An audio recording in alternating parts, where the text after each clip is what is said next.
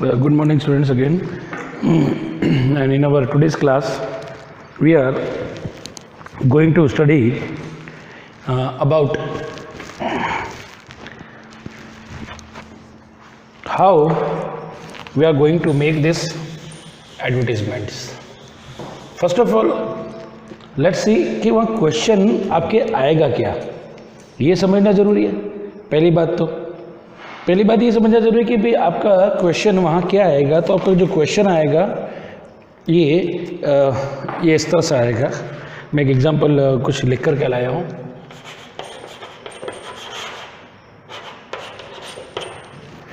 Highly placed IT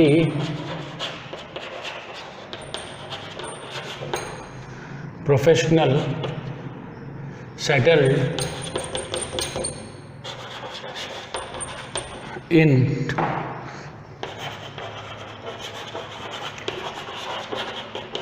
London 6 in alliance with an exceptionally beautiful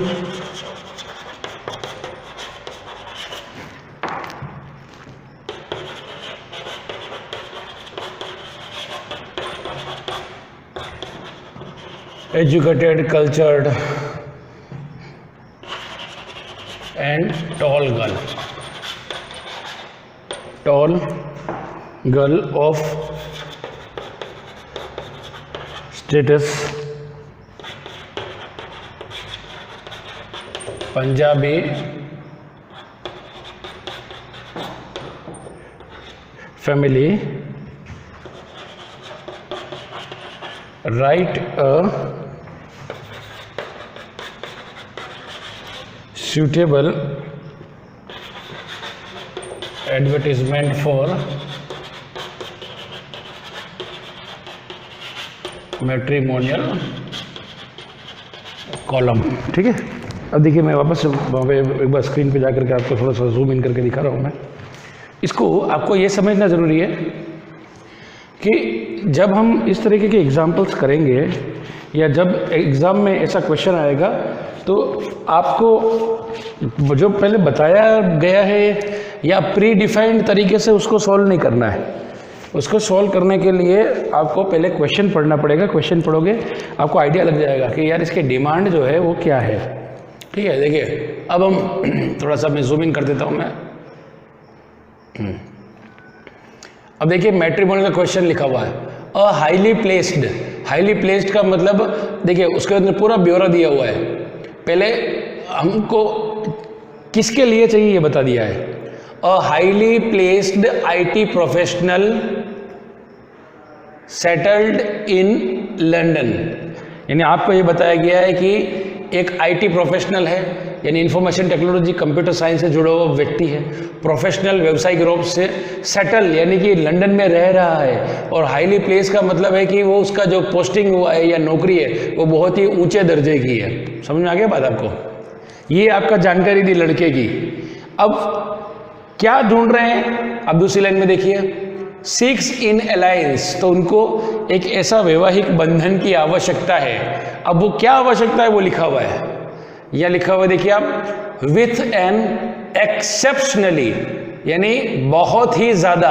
exceptionally का मतलब अगर हम बोलेंगे सामान्य कॉमन तो नहीं, एक्सेप्शनली का मतलब बहुत ही अद्भुत, 100 में से मतलब हजारों में से एक। एक्सेप्शनली ब्यूटीफुल, सुंदर चाहिए लड़की, एजुकेटेड कैसे चाहिए, शिक्षित, कल्चर्ड का मतलब संस्कारित, एंड टॉल गर्ल, और लंबी लड़की चाहिए।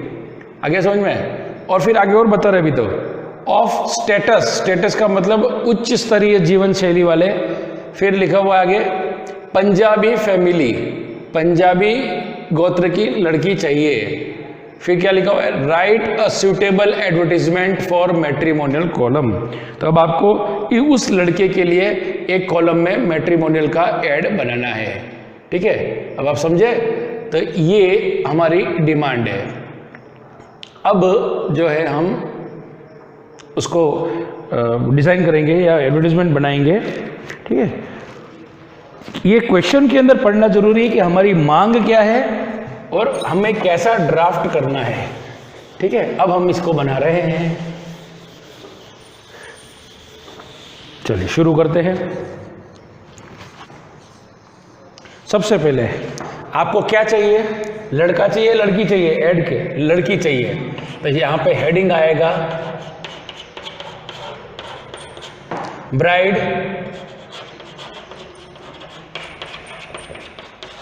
वांटेड। ये जो मैट्रिमोनियल है थोड़ा लंबा चलेगा क्योंकि इसके अंदर बहुत सारे वेरिएशन हो सकते हैं, तो इसलिए हमको ये समझना भी जरूरी है। ठीक है, अब ये कह रहा है क्या है, ब्राइड वांटेड। अब लड़के का उल्लेख, alliance wanted for a very handsome tall and cultured. अब चाहो तो एंड कर जाएंगे।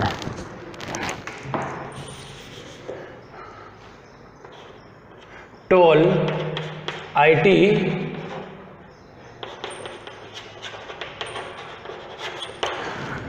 प्रोफेशनल।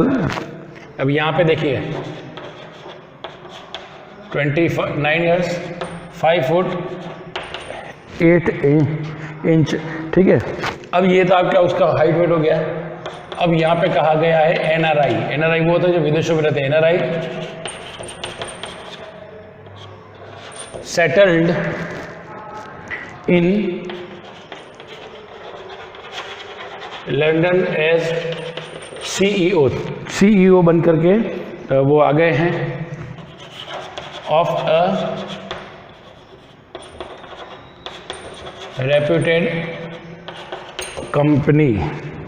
अब उनको क्या चाहिए, ठीक है, अब उनको चाहिए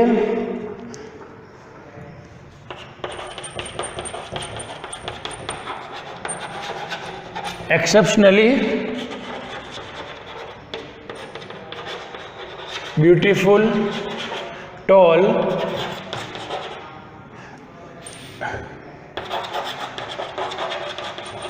educated cultured status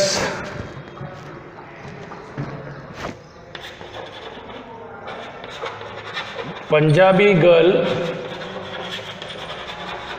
between 21 and 25। ठीक है, अब आपको समझ में आ गया। अब आगे क्या आएगा,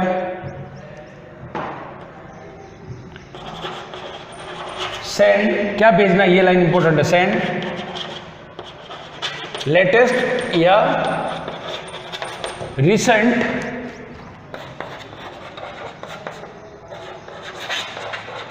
फोटोग्राफ विथ बायोडेटा। यहां पर आप मेल एड्रेस डाल सकते हैं, जो भी ईमेल एड्रेस होता है। ठीक है, ईमेल एड्रेस को आप पोस्ट करके डाल दीजिए। तो ये जो आपने देखा कि हम लोगों ने क्या बनाया, एक एग्जाम्पल बनाया है। अभी हम और 2-3 एग्जाम्पल बनाएंगे, कुछ वेरिएशंस के साथ बनाएंगे।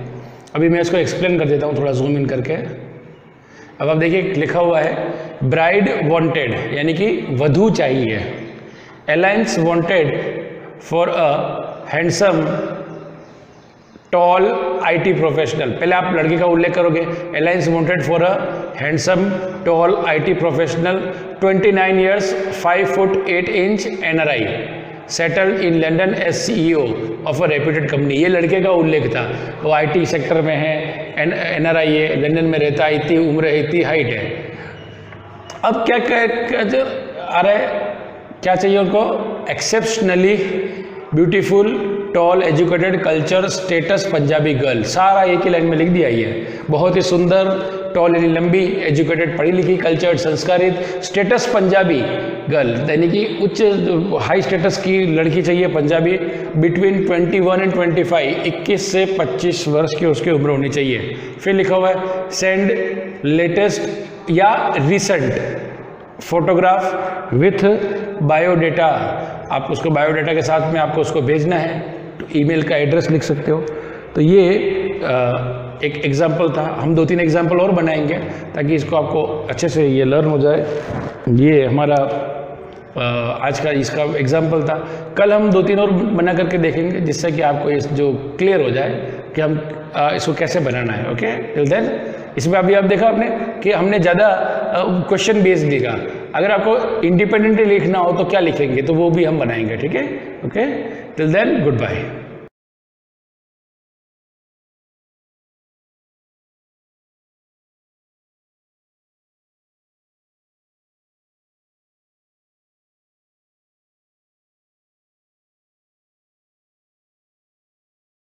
बच्चों,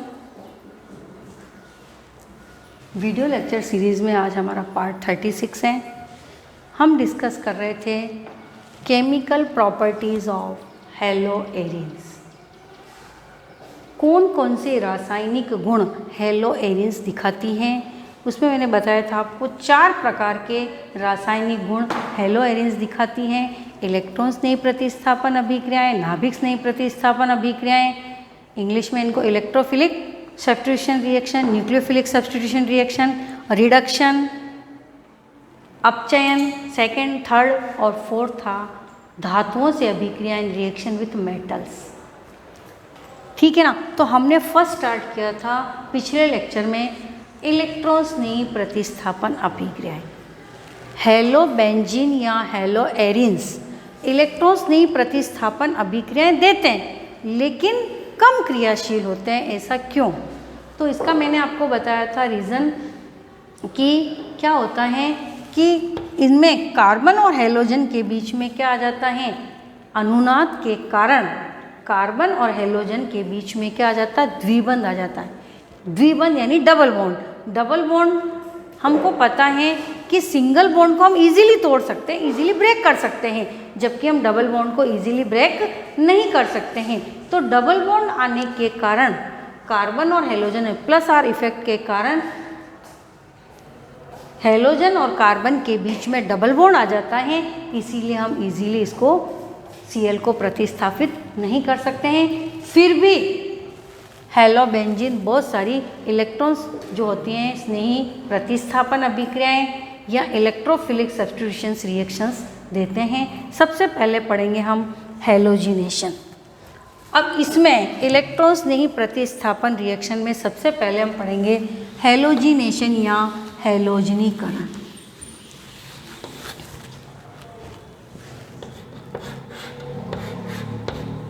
ये देखिए मैंने क्लोरोबेंजीन लिया। अगर इसकी रिएक्शन में Cl2 के साथ कोई भी लुईस एसिड की प्रेजेंस में कराती हूँ।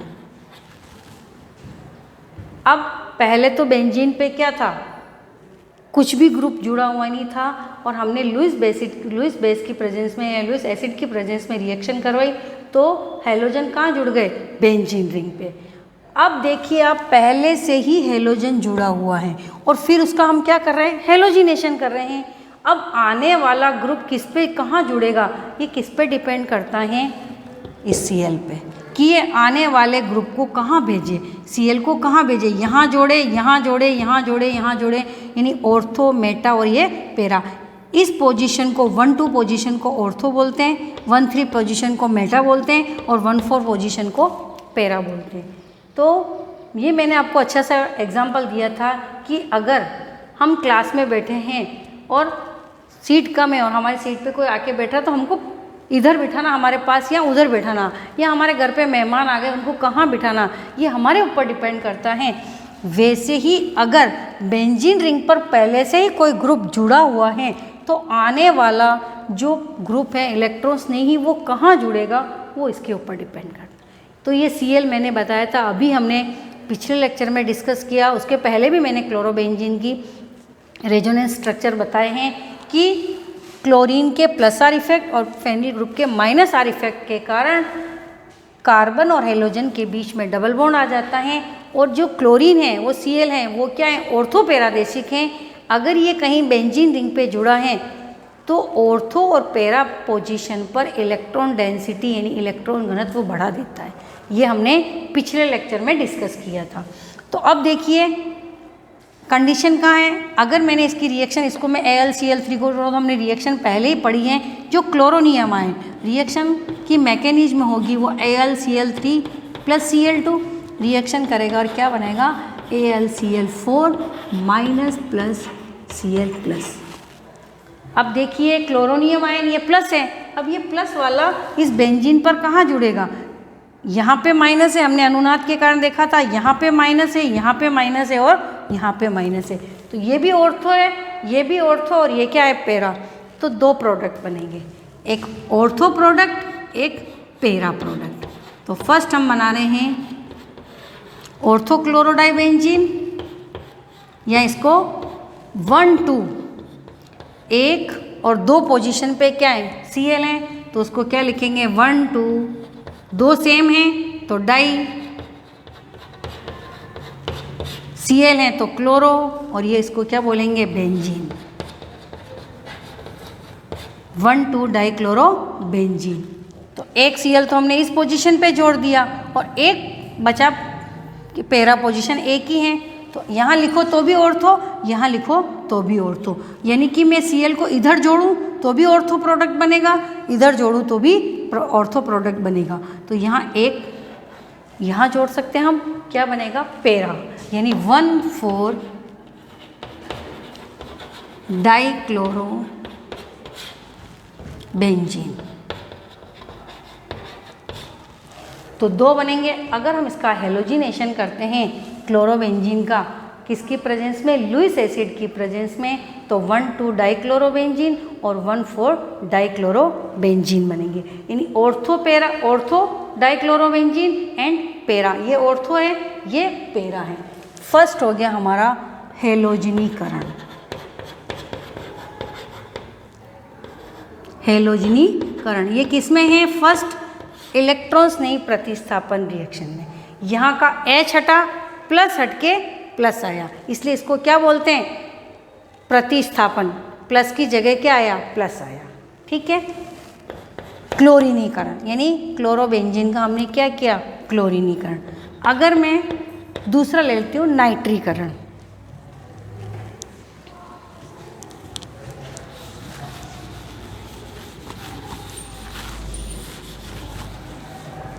दूसरा ले लेते हैं अपन हेलोजिनेशन, पहला था हेलोजिनीकरण या हेलोजिनेशन, दूसरा ले सकते हैं हम नाइट्रीकरण।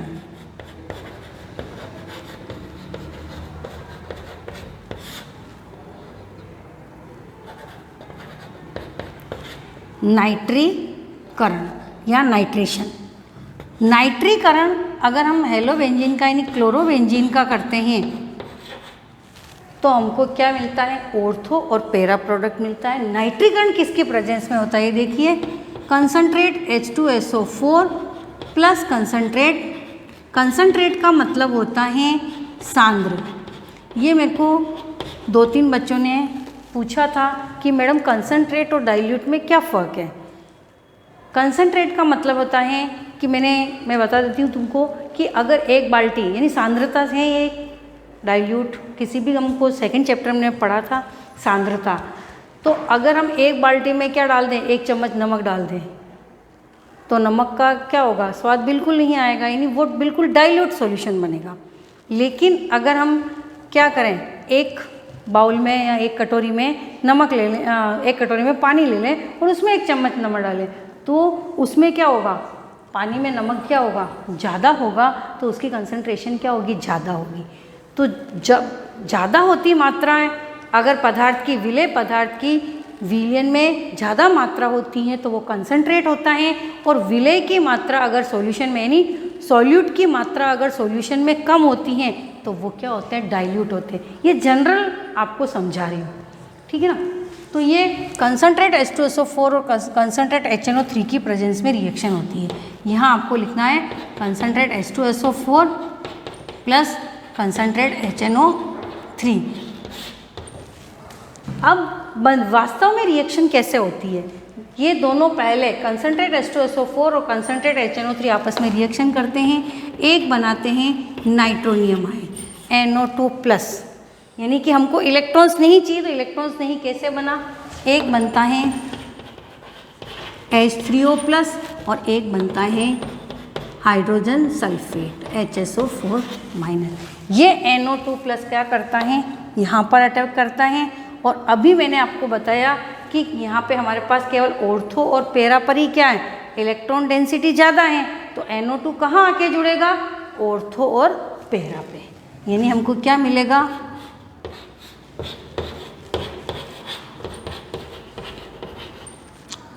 टू नाइट्रोक्लोरोबेंजीन या ऑर्थो नाइट्रोक्लोरोबेंजीन, और एक मिलेगा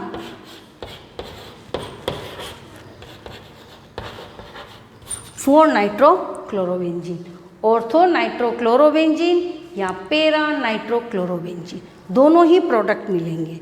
तो ये हो गया हमारा हेलोजिनेशन और ये हो गया हमारा नाइट्रीकरण। तीसरा हम पढ़ेंगे सल्फोनेशन, यानी कि सल्फोनीकरण। बेंजीन पर क्लोरोबेंजीन पर अगर हम हेलोजन जोड़ते हैं तो हेलोजिनेशन, बेंजीन रिंग पर अगर हम NO2 जोड़ते हैं तो उसको बोलते हैं नाइट्रीकरण। तो आपको ध्यान रखना कि हमको ऑर्थो और पैरा पे क्या जोड़ना है, NO2। किसकी प्रेजेंस में रिएक्शन कराई मैंने, कंसनट्रेट HNO3, लेकिन साथ में आपको कंसनट्रेट H2SO4 भी लेना पड़ेगा। इसको नाइट्रिक कारक मिश्रण बोलते हैं, मिक्सचर जो होता है नाइट्रिफिकेशन मिक्सचर है ये। तो इसकी प्रेजेंस में ही नाइट्रिफिकेशन कंप्लीट होता है। तो ये हो गया नाइट्रिफिकेशन, हेलोजिनेशन हो गया आपका। अब हम पढ़ेंगे सल्फोनेशन, यानी कि सल्फोनीकरण। इंग्लिश में सल्फोनेशन, इसको नाइट्रिफिकेशन, हेलोजिनेशन, ठीक है ना। अगर हम क्लोरोबेंजीन की रिएक्शन केवल किससे कराएं, कंसंट्रेट H2SO4 से, ठीक है ना। हेलोजिनेशन कराते हैं, ऑर्थो पैरा पर हेलोजन जुड़ते हैं। नाइट्रिफिकेशन कराते हैं यानी नाइट्रीकरण कराते हैं तो ऑर्थो और पैरा पर नाइट्रो ग्रुप जुड़ते हैं। और अगर सल्फोनेशन कराते हैं यानी सल्फोनीकरण कराते हैं तो जो सल्फन ग्रुप हैं वो SO3H वो कहाँ जुड़ता है, ऑर्थो पे, और कहाँ जुड़ता है, पैरा पे। अभी तक हमने पढ़ा था बेटा नाम, इसको मेन मान रहे थे, इसको मेन मान रहे थे, इसीलिए मैंने इसको क्या बोला, 2 नाइट्रोक्लोरोबेंजीन 4 नाइट्रोक्लोरोबेंजीन। इसीलिए मैंने मिटाया नहीं आपको समझाने के लिए, लेकिन यहाँ पे चेंज हो जाएगा, ये मेन ग्रुप ये हो जाएगा अब, क्योंकि एसिड सबसे बड़ा ग्रुप है, उसका क्या लगता है अनुलग्न, और बाकी सबके क्या लगते हैं पूर्वलग्न। तो अब ये एसिड है, अगर इसको ऐसा देखा जाए तो ये क्या हो गया, बेंजीन सल्फोनिक एसिड। आप इधर बोर्ड पर देखिए अलग से, ये है आपका बेंजीन सल्फोनिक एसिड, ये मेन ग्रुप हो गया। तो इसको हम नंबर 1 देंगे, इसको नंबर 2, 3, 4, 5 एंड 6। तो 2 क्लोरो बेंजीन सल्फोनिक एसिड हो जाएगा, और इसका हो जाएगा 3 क्लोरो बेंजीन सल्फोनिक एसिड। यहाँ ध्यान रखिए, देखो इसमें चेंज आया, आपको पता चल रहा होगा कि यहाँ पे मैंने यहाँ से नंबरिंग करी 1, 2, 3, 4, 5 एंड 6, 1, 2, 3, 4, 5 एंड 6, लेकिन यहाँ से नंबरिंग 1, 2, 3, 4, 5 एंड 6, 1, 2, 3, 4, 5 एंड 6। ये प्रतिस्थापी है, तो 2 नाइट्रोक्लोरोबेंजीन या ऑर्थो नाइट्रोक्लोरोबेंजीन, 4 नाइट्रोक्लोरोबेंजीन या पैरा नाइट्रोक्लोरोबेंजीन, जबकि यहाँ पे क्या हो जाएगा, ऑर्थो क्लोरोबेंजीन सल्फोनिक एसिड या पैरा क्लोरोबेंजीन सल्फोनिक एसिड या 2 क्लोरोबेंजीन सल्फोनिक अम्ल या 4 क्लोरोबेंजीन सल्फोनिक अम्ल। तो ये हमने पढ़ा था हेलोजिनेशन, नाइट्रीकरण, सल्फोनीकरण।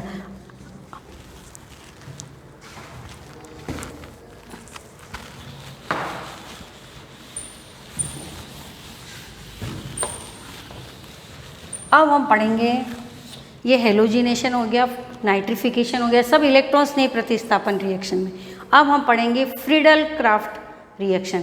फ्रीडल क्राफ्ट रिएक्शन में 2 रिएक्शन है आपके, फ्रीडल क्राफ्ट एल्काइलेशन और फ्रीडल क्राफ्ट एसाइलेशन। तो सबसे पहले हम पढ़ेंगे फ्रीडल क्राफ्ट। अगर एग्जाम में आ जाए फ्रीडल क्राफ्ट रिएक्शन दीजिए,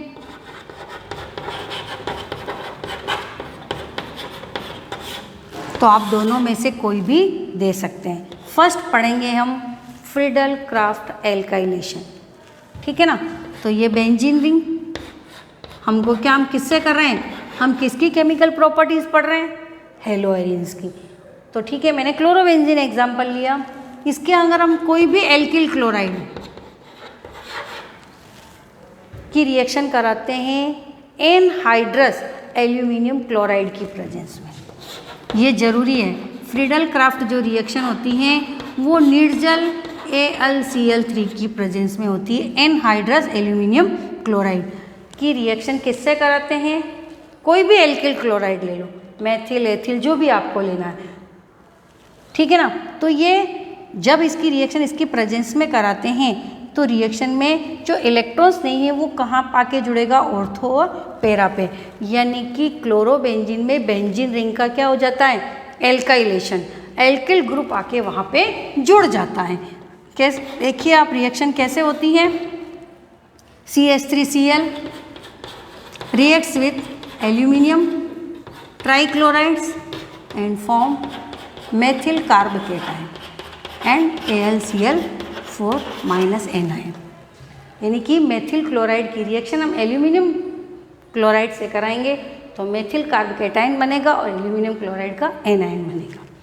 रिएक्शन में क्या होगा, ये जो हम लिखते तो ऐसे लेकिन वास्तव में रिएक्शन में क्या होता है, जो मेथिल कार्बोकेटाइन है वो इलेक्ट्रॉन्स नहीं अटैक करता है।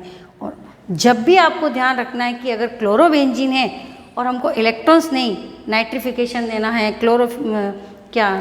सल्फोनेशन देना है या हेलोजिनेशन देना है, तो हमको ऑर्थो और पैरा पे जाके उस ग्रुप को जोड़ना है।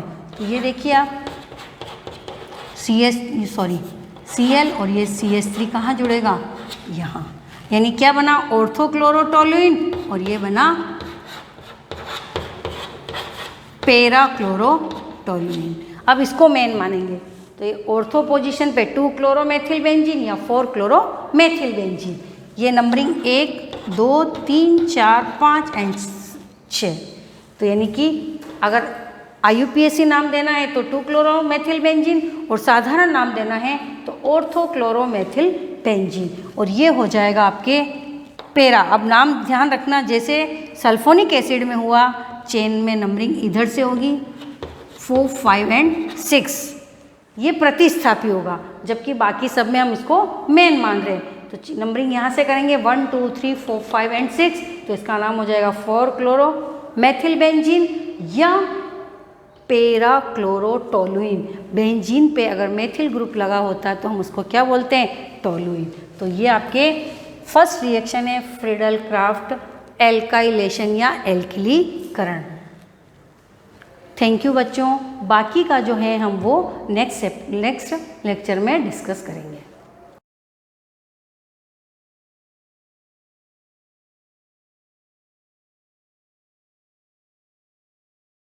स्टूडेंट्स, लास्ट क्लास में हमने देखा था electric field due two point charge, या हम कह सकते हैं विद्युत आवेश के किसी बिंदु आवेश के कारण विद्युत क्षेत्र। ठीक है, तो हमने इस पॉइंट पर विद्युत क्षेत्र निकाला था, यानी इंटेंसिटी ऑफ इलेक्ट्रिक फील्ड हमने फाइंड किया था। ठीक है, और वो इलेक्ट्रिक फील्ड यहाँ पर कितनी आई थी, तो वो आई थी E = 1/4 pi epsilon not Q/r²। और लास्ट क्लास में हमने थोड़ा कंक्लूजन भी निकाल लिया था इसमें कि जो इलेक्ट्रिक फील्ड होती है वो डायरेक्टली प्रोपोर्शनल होती है चार्ज के, यानी कौन से चार्ज के डायरेक्टली प्रोपोर्शनल होती है, तो हमने देखा सोर्स चार्ज के क्या होती है, डायरेक्टली प्रोपोर्शनल होती है, और स्क्वायर ऑफ द डिस्टेंस के कैसे होती है, इनवर्सली प्रोपोर्शनल होती है। ये लास्ट क्लास में हमने देखा था, हमने ग्राफ भी बनाया था और ग्राफ से हमने समझने की कोशिश की थी कि जो इलेक्ट्रिक फील्ड है वो 1/r² के क्या है, डायरेक्टली प्रोपोर्शनल यानी समानुपाती है, और r² के कैसी है, व्युत्क्रमानुपाती, हम कह सकते हैं इनवर्सली प्रोपोर्शनल है। ठीक है, अब हमने जो लास्ट क्लासेस में जो भी पढ़ा है कि इलेक्ट्रिक फील्ड क्या होता है, सोर्स चार्ज क्या होता है, टेस्ट चार्ज क्या होता है, तो उसमें हमने देखा था कि जो इलेक्ट्रिक फील्ड है, इलेक्ट्रिक फील्ड कौन सी क्वांटिटी है, तो फील्ड हमेशा कौन सी क्वांटिटी है, वेक्टर क्वांटिटी है। अब इलेक्ट्रिक फील्ड वेक्टर क्वांटिटी है तो उसकी डायरेक्शन क्या होगी, जिसको हमने लास्ट क्लास में डिस्कस किया था। तो इलेक्ट्रिक फील्ड की जो डायरेक्शन होती है वो कौन सी डायरेक्शन होती है, तो हमने उसके लिए इंटेंसिटी ऑफ इलेक्ट्रिक फील्ड का जो फॉर्मूला बनाया था, फोर्स पर यूनिट चार्ज, यानी तो उसमें जो फोर्स की डायरेक्शन होगी वही डायरेक्शन किसकी होती है, इलेक्ट्रिक फील्ड की डायरेक्शन होती है। जैसे हमने यहाँ पर इलेक्ट्रिक फील्ड में टेस्ट चार्ज को रखा, अब टेस्ट चार्ज हमेशा हमारा कौन सा होता है, पॉजिटिव होता है। अब पॉजिटिव चार्ज को मैंने यहाँ रखा, हमारा सोर्स चार्ज भी कैसा है, पॉजिटिव है, तो इन दोनों के बीच में जो फोर्स होगा कौन सा होगा, रिपल्शन का फोर्स, और उस फोर्स की डायरेक्शन कैसी होगी, एलोंग लाइन। यानी ये जो फोर्स है यहाँ पर, ये फोर्स की डायरेक्शन कैसी है, एलोंग लाइन। तो इलेक्ट्रिक फील्ड की डायरेक्शन भी कैसी होगी, एलोंग लाइन होगी। यानी इलेक्ट्रिक फील्ड की डायरेक्शन वही होगी जो डायरेक्शन टेस्ट चार्ज पर फोर्स की डायरेक्शन होगी, वही डायरेक्शन किसकी होगी, इलेक्ट्रिक फील्ड की डायरेक्शन होगी। अब दूसरी चीज हमने देखी थी कि अगर कोई इलेक्ट्रिक फील्ड हमने बनाई, जैसे कि ये एक इलेक्ट्रिक फील्ड बनाई हमने, ये सारे प्लस चार्ज है और ये माइनस चार्ज है, ठीक है। तो इन दोनों के बीच में जो इलेक्ट्रिक फील्ड होगी, तो इलेक्ट्रिक फील्ड की जो डायरेक्शन होती है वो हमेशा कैसी होती है, पॉजिटिव से फील्ड लाइंस निकलती है और नेगेटिव पे जाके वो फील्ड लाइंस क्या होती है, टर्मिनेट हो जाती है, यानी खत्म हो जाती है, यानी डिसकंटिन्यूअस पाथ होता है इनका। तो ये इलेक्ट्रिक फील्ड की डायरेक्शन है, जिसको हम आगे कंटिन्यू जब फील्ड लाइंस के बारे में फिजिकल सिग्निफिकेंस पढ़ेंगे तब हम देखेंगे इलेक्ट्रिक फील्ड लाइंस कैसी होती है, इमेजिनरी लाइन होती है वगैरह, ठीक है। तो ये एक इलेक्ट्रिक फील्ड हमने एज्यूम किया या इमेजिन किया कि एक इलेक्ट्रिक फील्ड है, प्लस से निकलती है और माइनस पे क्या होती है, जाके टर्मिनेट होती है। तो यहाँ पर अगर हमने हमारा टेस्ट चार्ज रखा, तो टेस्ट चार्ज के ऊपर जो फोर्स की डायरेक्शन होगी वो डायरेक्शन कौन सी होगी, तो वो डायरेक्शन होगी जो डायरेक्शन इलेक्ट्रिक फील्ड की डायरेक्शन है, वही डायरेक्शन क्या होगी, टेस्ट चार्ज के ऊपर फोर्स की डायरेक्शन होगी। या हम कह सकते हैं इसके जस्ट अपोजिट कि टेस्ट चार्ज के ऊपर जो फोर्स की डायरेक्शन होगी वही डायरेक्शन कौन किसकी होगी, इलेक्ट्रिक फील्ड की डायरेक्शन होगी। क्योंकि टेस्ट चार्ज हमारा कैसा है, पॉजिटिव है, और ये पॉजिटिव क्या करेगा, इस पॉजिटिव को रिपल करेगा, और ये नेगेटिव इस पॉजिटिव को क्या करेगा, अट्रैक्ट करेगा। यानी ये पॉजिटिव, ये जो टेस्ट चार्ज है हमारे इस डायरेक्शन में मोशन करेगा, तो इसके ऊपर फोर्स की डायरेक्शन कौन सी होगी, ये वाली। तो यही डायरेक्शन क्या होगी, इलेक्ट्रिक फील्ड की डायरेक्शन होगी। अगर इसी इलेक्ट्रिक फील्ड में अगर हम इलेक्ट्रॉन को रख देते हैं जिसके ऊपर कौन सा चार्ज होता है, नेगेटिव चार्ज होता है, या हम कहते हैं जो इलेक्ट्रॉन होता है वो ऋणावेशित होता है। तो जैसे हमने इलेक्ट्रॉन को रखा, अब हम जानते हैं ये नेगेटिव क्या करेंगे, इस इलेक्ट्रॉन को रिपल करेंगे, ये पॉजिटिव क्या करेंगे, अट्रैक्ट करेंगे। यानी इलेक्ट्रॉन की जो मोशन की डायरेक्शन होती है वो क्या होती है, अपोजिट टू इलेक्ट्रिक फील्ड। यानी इलेक्ट्रिक फील्ड की जो डायरेक्शन होती है उसकी अपोजिट डायरेक्शन में हमेशा इलेक्ट्रॉन मूव करता है, ठीक है। और जो हमारा टेस्ट चार्ज होता है वो हमेशा इलेक्ट्रिक फील्ड की डायरेक्शन में मूव करता है। तो ये सारे थोड़ी बेसिक कंक्लूजन थे जो कि अभी तक हमने जो पढ़ा उसके बेस्ड थे। अब हमने निकाल लिया कि किसी सोर्स चार्ज के कारण किसी पॉइंट पर इलेक्ट्रिक फील्ड कितना होता है, ये होता है, और इसका ग्राफ भी हमने बना दिया। अब इसका हमको वेक्टर फॉर्म निकालना है। क्या निकालना है, वेक्टर फॉर्म। वेक्टर फॉर्म यानी सदिश रूप, ठीक है। इस इलेक्ट्रिक फील्ड का कौन सा रूप निकालना है या कौन सा फॉर्म निकालना, हमको वेक्टर फॉर्म में कन्वर्ट करना, क्योंकि ये ओनली फॉर क्या है, मैग्नीट्यूड है, और हम जानते हैं कि इलेक्ट्रिक फील्ड कौन सी क्वांटिटी है, वेक्टर क्वांटिटी है। तो इस मैग्नीट्यूड को वेक्टर में कन्वर्ट करना जरूरी है। तो हमने जैसे कूलम्ब फोर्स के बारे में हमने पढ़ा था, और कूलम्ब फोर्स में हमने देखा था कि किसी भी क्वांटिटी अगर उसके अंदर डायरेक्शन है तो वो वेक्टर क्वांटिटी है। अगर वो वेक्टर क्वांटिटी है तो उसके जो मैग्नीट्यूड का जो फॉर्मूला है उसको वेक्टर में कन्वर्ट करने के लिए हम क्या करते हैं, तो सिंपली यूनिट वेक्टर के साथ क्या करते हैं, मल्टीप्लाई करते हैं। तो यूनिट वेक्टर का फॉर्मूला क्या होता है, तो unit vector is equal to full vector divide by modulus of vector, ठीक है। तो ये क्या होता है, यूनिट वेक्टर का फॉर्मूला होता है। तो सिंपल सा जो मैग्नीट्यूड है उसको हमको किस में कन्वर्ट करना है, वेक्टर फॉर्म में कन्वर्ट करना है। तो लास्ट क्लास में फोर्स वाले फॉर्मूले में हमने देखा था कि इसको किसके साथ मल्टीप्लाई करेंगे, यूनिट वेक्टर के साथ मल्टीप्लाई करेंगे, ठीक है। तो इसका वेक्टर फॉर्म हम निकालेंगे। तो वेक्टर फॉर्म क्या होगा कि जैसे कोई दो चार्ज है जो कि कहाँ पर है, एग्जिस्ट करते हैं, तो कोऑर्डिनेट सिस्टम में कोई दो चार्ज एग्जिस्ट करते हैं। जैसे कोई एक चार्ज है यहाँ पर, और यहाँ पर जो चार्ज है वो कौन सा चार्ज है, हमारा सोर्स चार्ज। कौन सा चार्ज है, सोर्स चार्ज, यानी ये पॉइंट ए है और यहां पर हमारा सोर्स चार्ज है, ठीक है। जिसका इस ओरिजिन से यानी सेंटर से जो डिस्टेंस है वो डिस्टेंस कितना है, तो उस डिस्टेंस को हमने ले लिया r। क्या ले लिया, उस डिस्टेंस को हमने r, ठीक है। अब कोई दूसरा चार्ज है, और दूसरा चार्ज कौन सा होगा, टेस्ट चार्ज, क्योंकि ये तो इलेक्ट्रिक फील्ड बनाएगा, तो इलेक्ट्रिक फील्ड को टेस्ट कौन करेगा, तो टेस्ट चार्ज। तो टेस्ट चार्ज हमारा कहाँ पर है, तो टेस्ट चार्ज हमारा यहाँ पर है, ठीक है। और टेस्ट चार्ज कौन सा है, हमारा Q0 है। तो इस डिस्टेंस को भी हमने क्या ले लिया, R0 ले लिया, ठीक है। अब इन दोनों के सोर्स चार्ज और टेस्ट चार्ज के बीच का जो डिस्टेंस है, ये डिस्टेंस ये वाला, ठीक है। अब ये जो कैलकुलेशन हम ले रहे हैं, इस पॉइंट को हमने बोला बी पॉइंट, और जो कैलकुलेशन हम ले रहे हैं from A to B, A to B. Calculation को कैसे ले रहे हैं हम, ए टू बी, जिसको हमने लास्ट क्लास में डिस्कस किया था। तो इस वाले डिस्टेंस को हमने क्या बोला, इन दोनों के बीच का जो डिस्टेंस है, इस डिस्टेंस को हमने बोला ए बी। क्या बोला हमने, ए बी। ठीक है, अब कंफ्यूज नहीं होना है कि सर लास्ट क्लास में तो आपने R21 कुछ लिया था। ठीक है, तो आप R21 भी ले सकते हो, क्योंकि यहाँ पर R1 R2 मैंने नहीं लिए, यहाँ पर R1 R2 मैंने नहीं लिए, इसीलिए फिर मैंने R21 नहीं लिया। सिर्फ क्या लिया मैंने, इन दोनों के बीच का डिस्टेंस को ले लिया, ए बी ले लिया। क्या ले लिया, ए बी। अब कूलम्ब्स लॉ से हम जानते हैं कि ये जो सोर्स चार्ज है जो कि पॉइंट ए पर है, वो क्यू नोट पे जो फोर्स अप्लाई करता है, वो कूलम्ब फोर्स का फॉर्मूला क्या है, तो वो कूलम्ब फोर्स का फॉर्मूला है F is equal to 1/4 pi epsilon naught Q naught upon R square. क्या है, आर स्क्वायर। ठीक है, अब ये जो r की वैल्यू है, यहाँ पर r कितना लिया हमने, तो r को हमने लिया है ए बी। क्या लिया है हमने, ए बी लिया है। तो यहाँ पर क्या पुट करेंगे, ए बी पुट करेंगे, और इसका यूनिट वेक्टर जो होगा वो क्या हो जाएगा, तो इसको क्या करेंगे, ये जो फोर्स का जो मैग्नीट्यूड का फॉर्मूला है, इसको हम किस में कन्वर्ट कर देंगे, वेक्टर फॉर्म में कन्वर्ट करेंगे। और वेक्टर फॉर्म में कन्वर्ट करने के लिए क्या करेंगे, तो उसका यूनिट वेक्टर है उसके साथ उसका मल्टीप्लाई करेंगे। तो यूनिट वेक्टर कौन सा है, तो फोर्स का जो फॉर्मूला हो जाएगा, वो फोर्स का फॉर्मूला कितना हो जाएगा, तो 1/4 pi Q naught open R square को क्या ले लिया हमने, ए बी ले लिया। ठीक है, यानी क्या हो जाएगा, ए बी का स्क्वायर, ए बी का स्क्वायर। ठीक है, और यूनिट वेक्टर क्या हो जाएगा यहाँ पर, तो यूनिट वेक्टर क्या हो जाएगा, ए बी। ठीक है, ये क्या हो गया उसका यूनिट वेक्टर। ठीक है, अब हमने लास्ट क्लास में पढ़ा था कि यूनिट वेक्टर का फॉर्मूला क्या है, तो यूनिट वेक्टर किसके बराबर होता है, full vector open modulus of vector.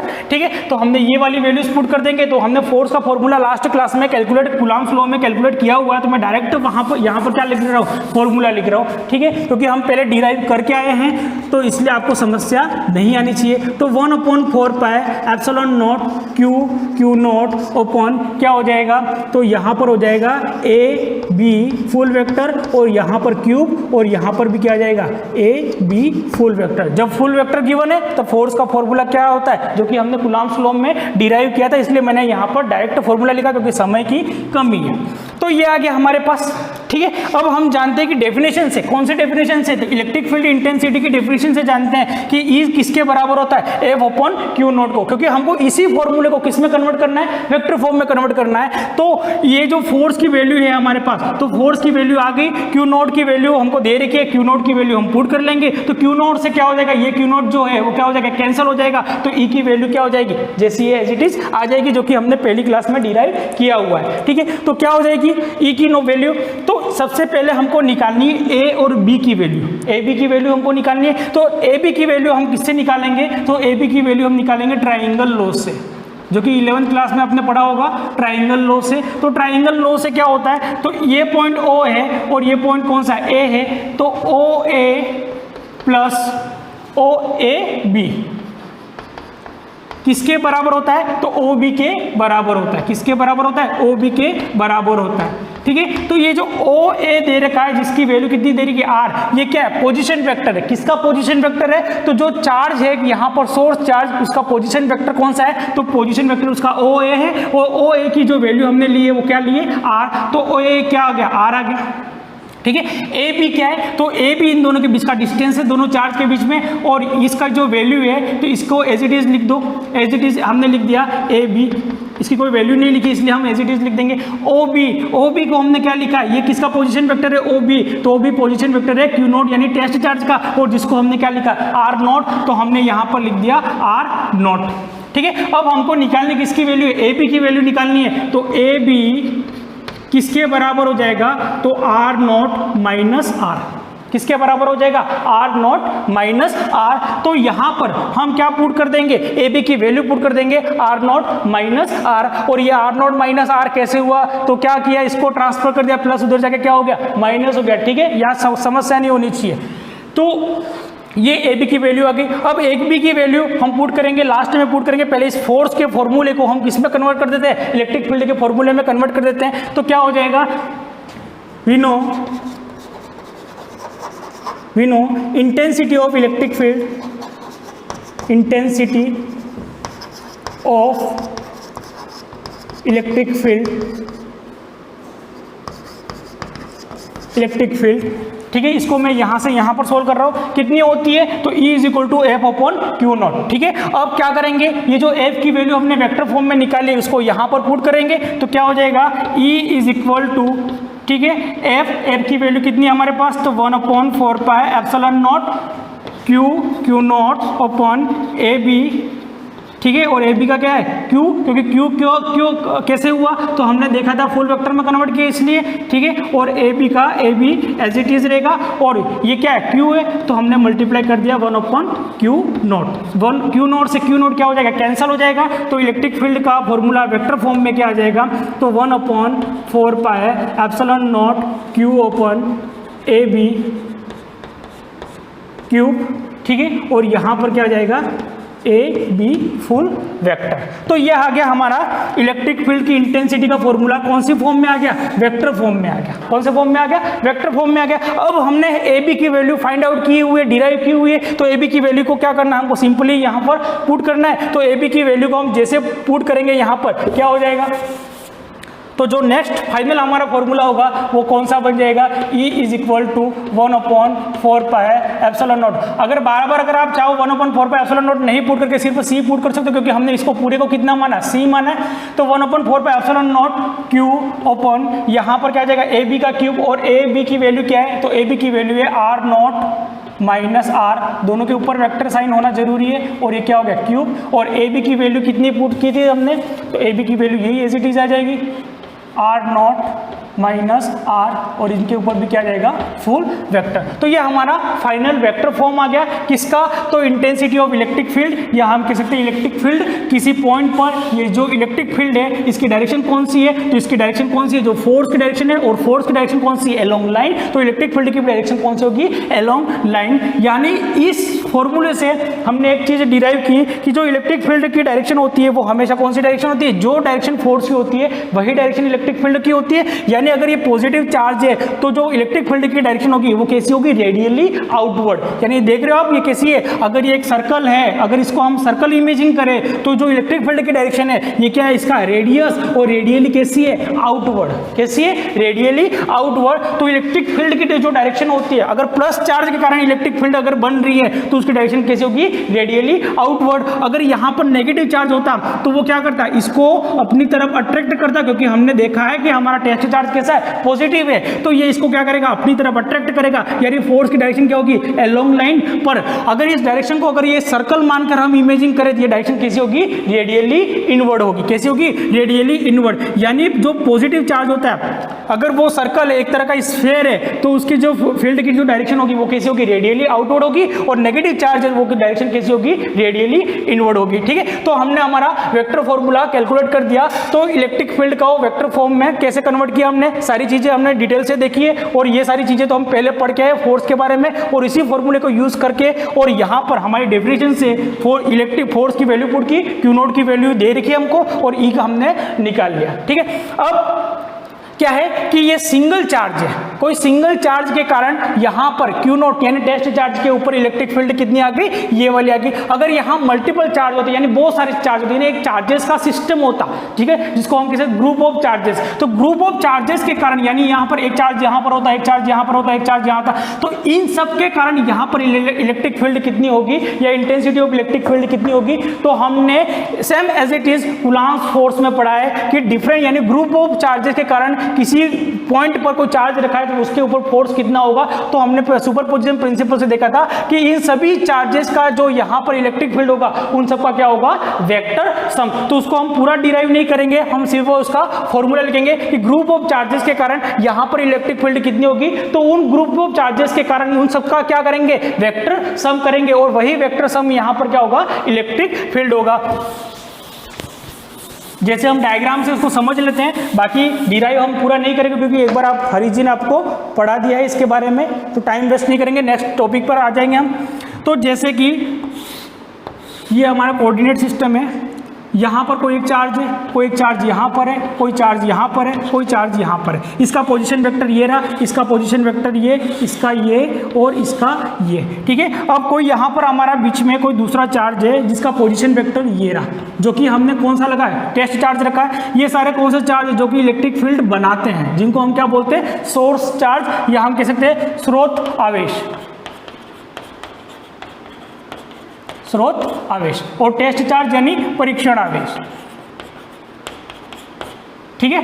अब इन दोनों के बीच का डिस्टेंस ये वाला, इन दोनों के बीच का डिस्टेंस ये वाला डिस्टेंस, ठीक है। इन दोनों के बीच का डिस्टेंस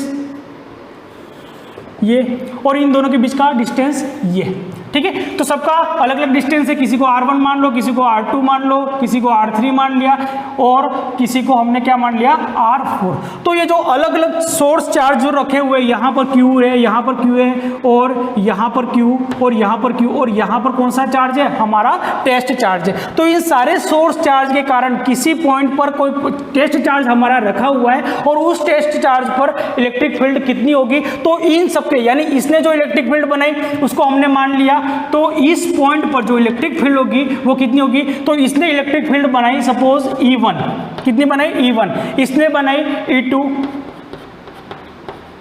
किसी ने बनाई E3, और किसी ने बनाई E4। तो हम सब क्या करेंगे, इनका वेक्टर सम करेंगे। और वेक्टर सम का मतलब क्या होता है कि जैसे कि इसने इलेक्ट्रिक फील्ड बनाई 1 न्यूटन पर कूलम, इसने 2 बनाई, इसने 3 बनाई, इसने 4 बनाई, कोई माइनस बनाएगा, कोई प्लस बनाएगा, सबकी जो इलेक्ट्रिक फील्ड होगी वो अलग अलग होगी। इलेक्ट्रिक फील्ड कभी माइनस नहीं होती, फोर्स भी कभी माइनस नहीं होता। जैसे आपने लिखा कि माइनस का 90 न्यूटन फोर्स, तो माइनस से इस डायरेक्शन कौन सी होगी, अपोजिट डायरेक्शन, कौन सी होगी, अपोजिट डायरेक्शन, क्योंकि फोर्स कभी माइनस में नहीं होता, नेगेटिव में नहीं होगा। इलेक्ट्रिक फील्ड कभी नेगेटिव में नहीं होगा। इलेक्ट्रिक फील्ड का अगर नेगेटिव में आंसर आ रहा है, इसका मतलब वो कैसी, अपोजिट डायरेक्शन में, कैसी है, अपोजिट डायरेक्शन में। यानी नेगेटिव साइन हमें क्या बताता है, अपोजिट डायरेक्शन के बारे में बताता है। तो जैसे इसने कुछ इलेक्ट्रिक फील्ड बनाए पॉजिटिव, इसने नेगेटिव बनाई, इसने पॉजिटिव बनाई, और इसने नेगेटिव बनाई। तो इसने बनाई -5 बनाई, इसने कितनी बनाई, +2 बनाई, ठीक है। किसी ने बनाई +3 और किसी ने बनाई -4। तो इन सब का वेक्टर सम होगा, और वेक्टर सम में क्या होगा, प्लस प्लस को जोड़ दो और माइनस माइनस को जोड़ दो, और जो रिजल्टेंट आएगा वही क्या होगा, यहाँ पर नेट इलेक्ट्रिक फील्ड, या हम कह सकते हैं रिजल्टेंट इलेक्ट्रिक फील्ड, ठीक है। तो क्या होता है कि ग्रुप ऑफ चार्जेस के कारण यहाँ पर जो इलेक्ट्रिक फील्ड होगी उन सबका क्या होगा, वेक्टर सम। और सबकी जगह E की वैल्यू आपको गिवन है, तो E1, E2, E3 करके सारी वैल्यूज आपको पुट करनी है, जो कॉमन आ रहा है इसको कॉमन करना है, और लास्ट में आपको डिराइव कर लेना है इस फॉर्मूले को, जो कि आपको डिराइव किया होगा। Thank you. आगे हम नेक्स्ट क्लास में पढ़ेंगे। धन्यवाद।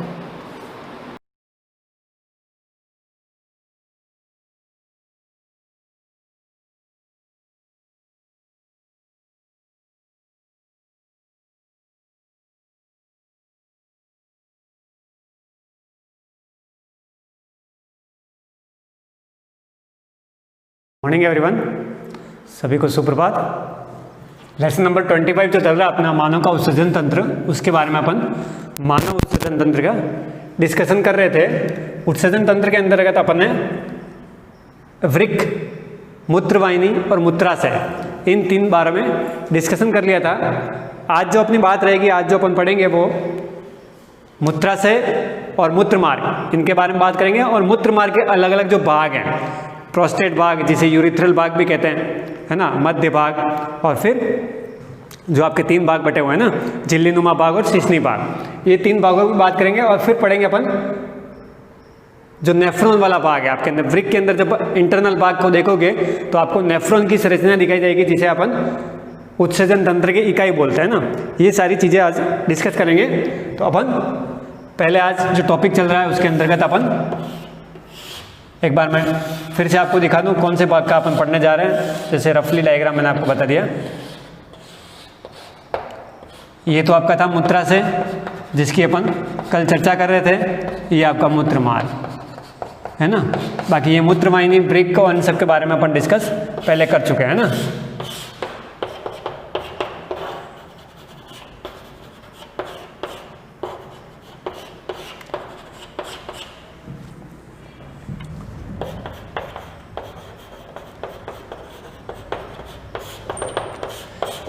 कल जब अपन बात कर रहे थे तो मूत्राशय के अंतर्गत अपन ने 3 स्तर पढ़ लिए थे ना। एक तो पढ़ा था अपन ने सिरोसा स्तर, जो पेरिटोनियम स्तर कहलाता आपका। 3 स्तरों की बात कर रहे थे, तो 3 स्तर कौन कौन से थे? एक तो सिरोसा स्तर,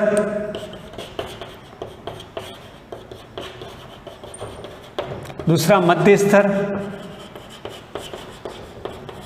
और तीसरा क्या था? लास्ट वाला भाग जो था ये क्या था? पेरिटोनियम भाग। पेरिटोनियम सिरोसा भी बोलते हैं इसे, है ना, आपने पाचन के अंदर पढ़ा था। फिर मध्य स्तर क्या था? आपके अरेखित पेशियों वाला था, जिसमें अरेखित या चिकनी पेशियां पाई जाती है। फिर क्या पढ़ा था आपने? आंतरिक स्तर, है ना, इसकी डिस्कशन कर रहे थे। और इसको क्या बोला था आपने? श्लेष्मिक स्तर या श्लेष्मिक भाग, श्लेष्मिक स्तर। अब मूत्राशय है क्या? देखो, इसका प्रारंभिक भाग जो होता है, प्रारंभिक भाग चौड़ा होता है, कीपनुमा, चौड़ा या कीपनुमा, ये वाला पूरा, है ना। और मूत्र मार्ग से जब जुड़ता है तो अंतिम भाग हो गया, अंतिम भाग क्या हो गया? सकरा हो गया, संकरा हो गया ना, कंप्रेस्ड हो गया, है ना, छोटा वाला भाग। फिर क्या हो गया है? इसके अंदर क्या होता है? 700 से 800 ml मिलीलीटर मूत्र संग्रह रहता है।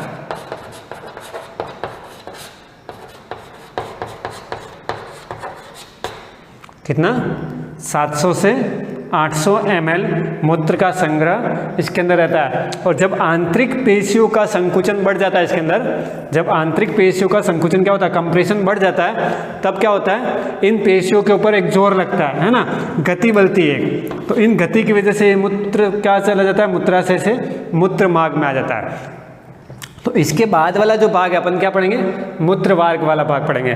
तो मूत्राशय के अंदर ये चीज़ें थी जो आपको इंपॉर्टेंट मैंने लिखवा दी, इनको नोट डाउन कर ले आप, लिख लें अपनी कॉपी में। फिर अपन बात करेंगे मूत्र मार्ग की, है ना। जो मूत्र मार्ग क्या कहलाता है? संकुचित पेशियों वाला स्तर है, सकरा भाग है, जहाँ मूत्राशय का प्रेशर या दाब पड़ने पर, है ना, इसकी तरफ से एक दाब आता है, वो दाब जब बढ़ेगा तो उस मूत्र का कहाँ हो जाएगा? मूत्र मार्ग में चलन हो जाएगा, है ना। फिर ये आपके क्या हो जाएगा? उत्सर्जन हो जाएगा। तो ये वाली चीज़ें उतार ले, फिर अपन मूत्र मार्ग की बात करते हैं।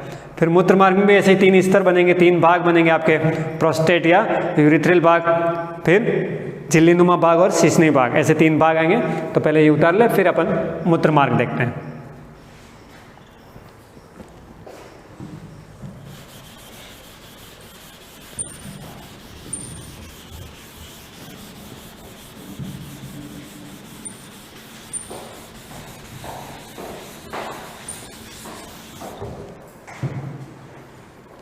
अब बात करते हैं अपन मूत्र मार्ग की, ठीक है। मूत्राशय हो गया, मूत्र मार्ग पे आ जाता है ना। जब मूत्र मार्ग हो जाएगा तो अपन वृक्क की आंतरिक संरचना पढ़ेंगे, हिस्टोलॉजी पढ़ेंगे उसके बारे में, है ना, और भौतिकी संरचना पढ़ेंगे, वृक्क की कैसी संरचना होती है। उसके 2 भाग कौन कौन से? एक तो बल्लकुट वाला भाग पढ़ लेंगे और एक मेड्यूला वाला भाग पढ़ेंगे, है ना। लेकिन पहले इसकी संरचना को कंप्लीट कर देते हैं। तो मूत्र मार्ग की बात कर देते हैं ना। मूत्र मार्ग क्या है? मूत्राशय की ग्रीवा से जुड़ा एक नलिका का भाग मूत्र मार्ग कहलाता है।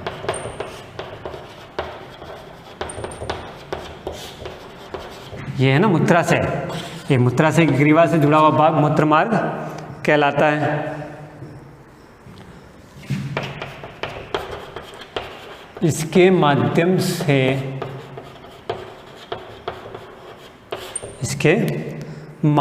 से मूत्र को शरीर से बाहर त्यागा जाता है ना। इसके माध्यम से क्या करते हैं? इसके माध्यम से मूत्र को शरीर से बाहर त्यागते हैं, ठीक है।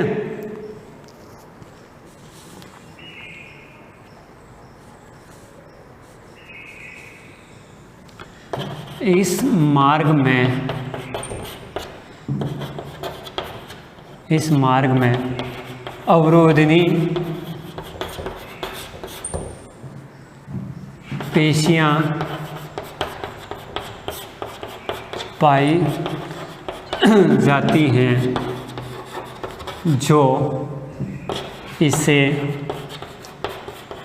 रोकने का कार्य करती हैं।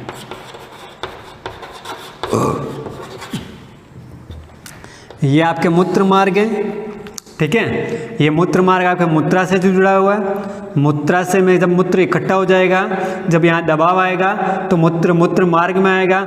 मूत्र मार्ग में आने के बाद भी कई बार हम मूत्र को अपने शरीर के प्रेशर के द्वारा उसे रोक रखते हैं ना, तो वो क्या कहलाता है?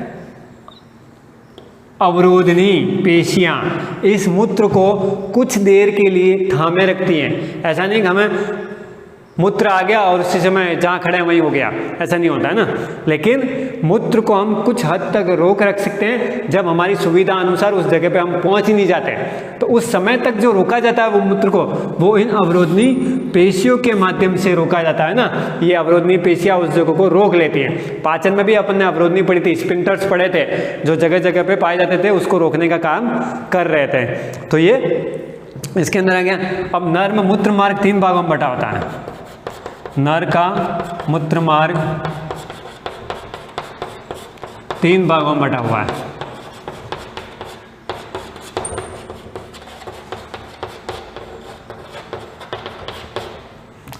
हुआ है। पहला प्रोस्टेट भाग या यूरिथ्रल भाग,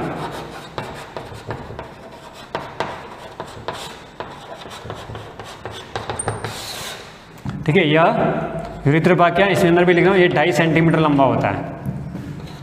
यह 2.5 सेंटीमीटर, यह 2.5 सेंटीमीटर लंबा होता है।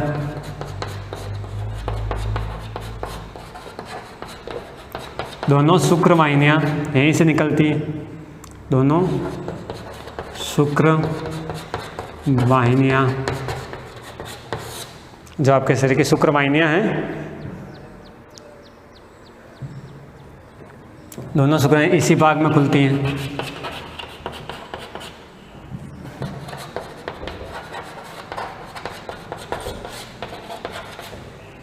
इसी भाग में खुलती है।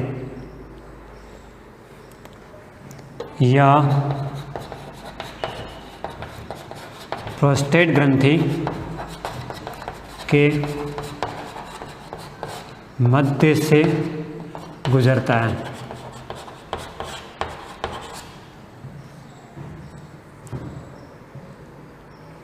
क्या हो गया?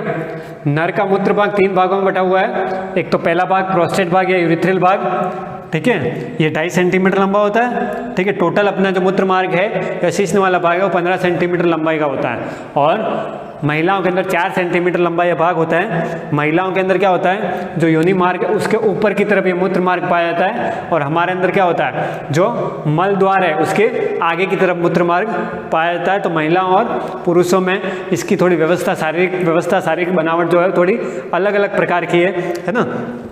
हमारा जो मूत्र मार्ग है उसी से हमारा वीर्य स्खलित भी होता है, वीर्य मार्ग भी वही और मूत्र मार्ग भी वही है।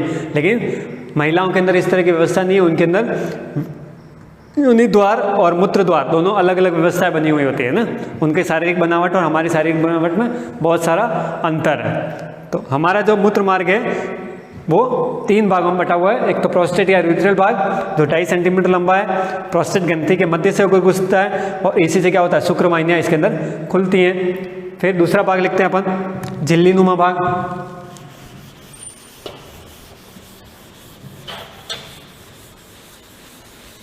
साथ साथ में लिखना है ना। दूसरा कौन सा, झिल्लीनुमा भाग।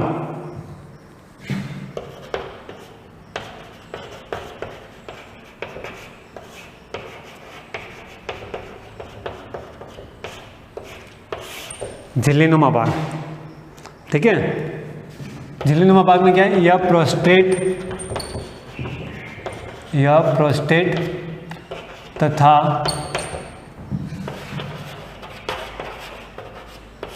शिश्न के मध्य का भाग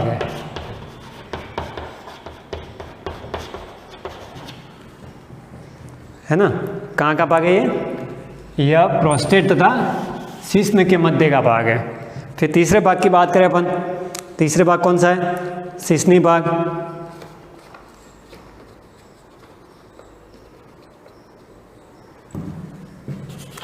तीसरा शिश्नी भाग।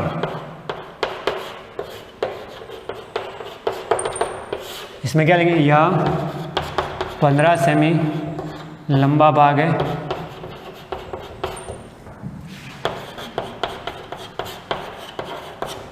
जो कार्पस क्या है? यह 15 सेमी लंबा भाग है। यह कार्पस स्पंजियोसम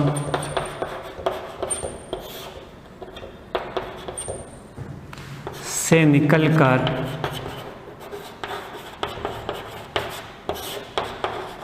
शिश्न मुंड तक जाता है।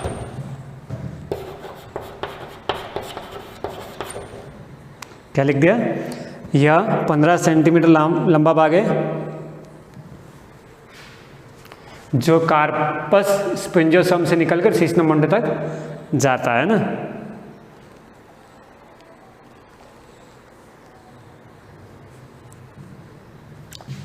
तथा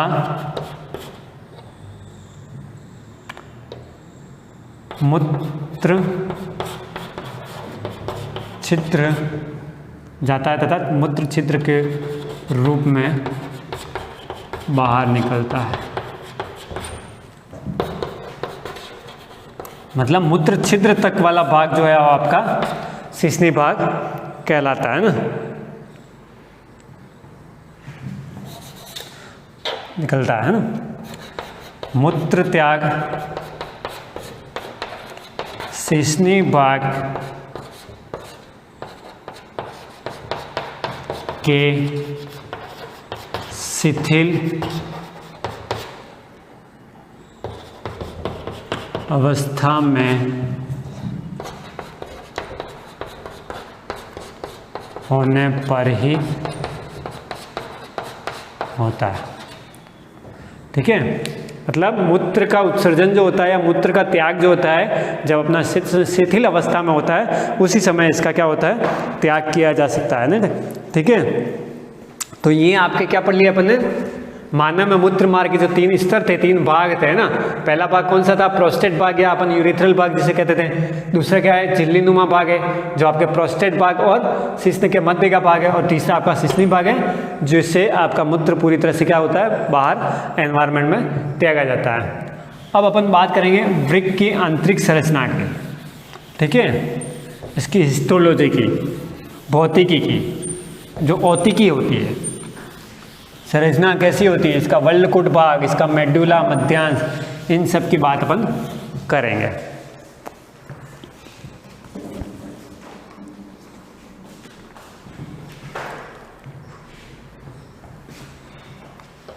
वृक्क की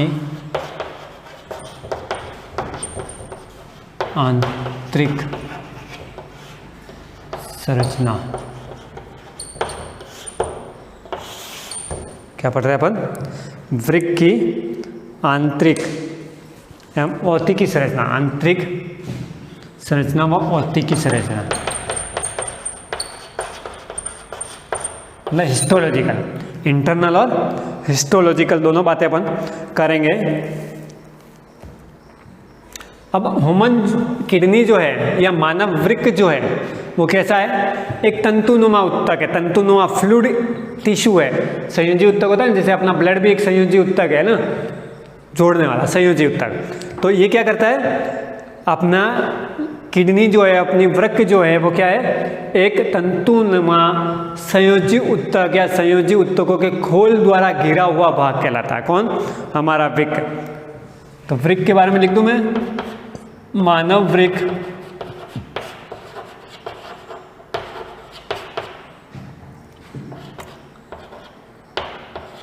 तंतुमय संयोजी ऊतक, क्या लिखा, मानव वृक्क तंतुमय संयोजी ऊतकों के द्वारा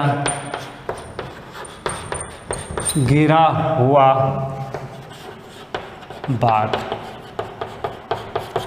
मानव वृक्क जो है वो चारों तरफ से दृढ़ तंतुमय संयोजी ऊतक के द्वारा घिरा हुआ एक क्या है, खोखला भाग है, घिरा हुआ, खोल से घिरा रहता है ना, जिसे क्या बोलते हैं,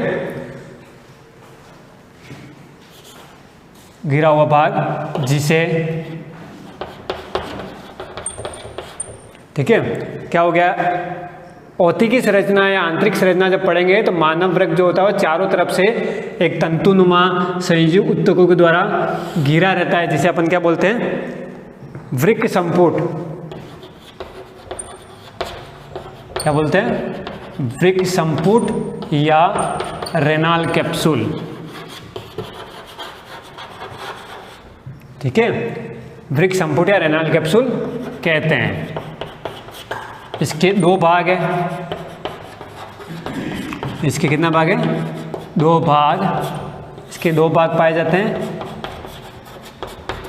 उन दो भागों के बारे में देखना अपने को, पहला लिखेंगे अपन वल्लकुट या कॉर्टेक्स के बारे में, वल्लकुट या कॉर्टेक्स, दूसरा भाग जो है इसका मेडुला या मध्यांश। इनके बारे में अपने को डिस्कशन करनी है। तो वल्लकुट, जिसे अपन कॉर्टेक्स बोलते हैं, अपन ने चित्र में बनाया था ऐसा, जब चित्र बना था कैसा बनाया था, ऐसा यूं संरचना बनाई थी। ये वाला भाग जो था आपके वो मध्यांश, और ये वाला क्या है, इसके अंदर ऐसा ऐसा उंगली उबार जैसा भाग होता है, कणिकामय भाग होता है, उस कणिकामय भाग को बोलते हैं वल्लकुट या कॉर्टेक्स, ठीक है। और मध्य वाला जो भाग है, फिर तो पेल्विस आ जाता है, इसको बोलते हैं मध्यांश या मेडुला, ठीक है। फिर इसके बारे में इंटरनल पढ़ेंगे, तब अपन क्या करेंगे, एक नेफ्रॉन की संरचना निकालेंगे, उसमें glomerulus, Bowman capsule, Henle lobe, संग्रह नलिका, दूरस्थ नलिका, है ना, समीपस्थ कुंडित नलिका, ये सारी चीज़ें इसके अंदर पढ़ेंगे जब अपन एक नेफ्रॉन की स्ट्रक्चर देखेंगे। तो इसके दो भाग हो गए, कौन, कॉर्टेक्स या मेडुला। तो जब भी अपनी अगली क्लास होगी अपन कॉर्टेक्स या मेडुला के बारे में डिस्कशन करेंगे। तब तक के लिए गुड बाय।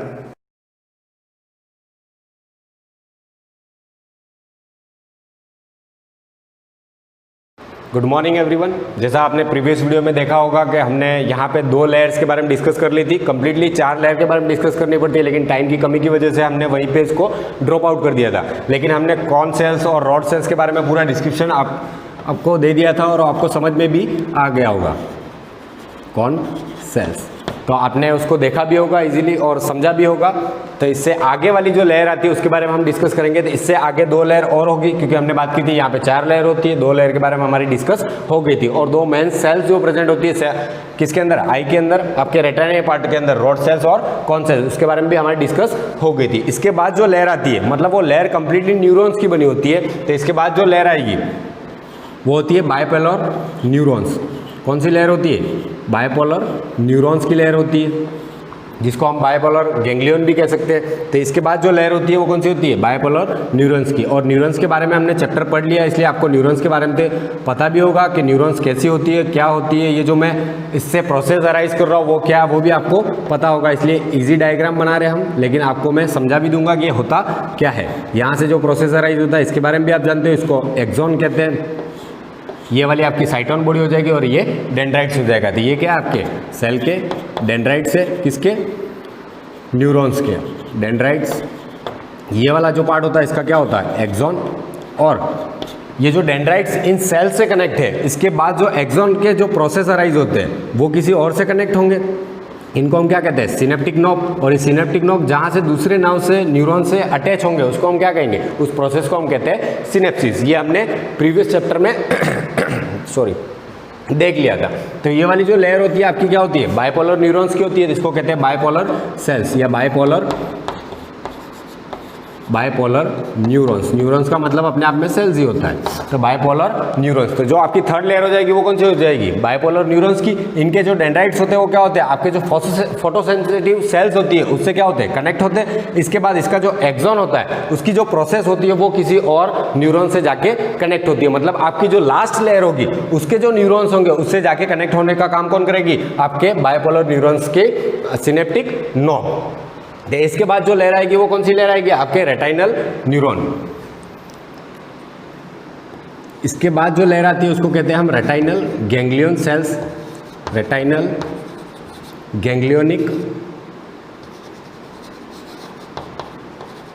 Ganglionic cells. तो आपकी जो नेक्स्ट सेल्स होती है वो मतलब जो नेक्स्ट लेयर होगी वो कौन सी होगी? Retinal ganglionic cells. अब इनके अंदर भी न्यूरॉन्स ही होते हैं लेकिन इनका नाम क्या होता है? Retinal ganglionic cells. तो आपको ध्यान रखना है इसके अंदर 4 सेल्स होगी, pigmented cells, photosensitive cells, bipolar neurons और रेटाइनल गैंग्लियोनिक सेल्स। फोटोसेंसिटिव के बारे में हमने पढ़ लिया है।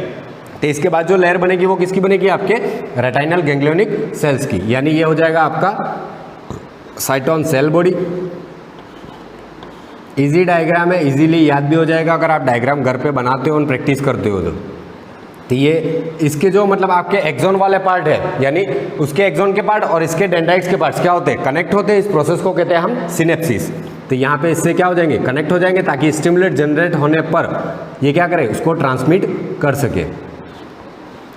तो ये कनेक्ट हो गए। इसके बाद इसका जो एक्सॉन होता है वो जाके आपके क्या करता है? ऑप्टिक नर्व बनाता है। मतलब आई के अंदर जब हमने स्ट्रक्चर पढ़ा था आई का, तो स्ट्रक्चर अगर आपको ध्यान हो तो कुछ ऐसा बनाया था हमने, जैसे ये आई का स्ट्रक्चर है, यहाँ वाला जो पार्ट था वहाँ से जो नर्व्स अराइज होती है उसको हमने क्या कहा था? Optic nerves. उसको क्या कहा था? ऑप्टिक नर्व्स कहा था या ऑप्टिक न्यूरॉन्स कह सकते हो उसको। तो वो सारी जो नर्व्स है वो कैसे बनती है? आपकी जो रेटाइनल गैंग्लियन होती है वो आपके बायपोलर न्यूरॉन से कनेक्ट होती है और कनेक्ट होने के बाद जो लास्ट वाला इसका पार्ट है यानी एक्सॉन वाला पार्ट वो कंबाइन हो जाता है और कंबाइन होकर आपके क्या बना रहा है?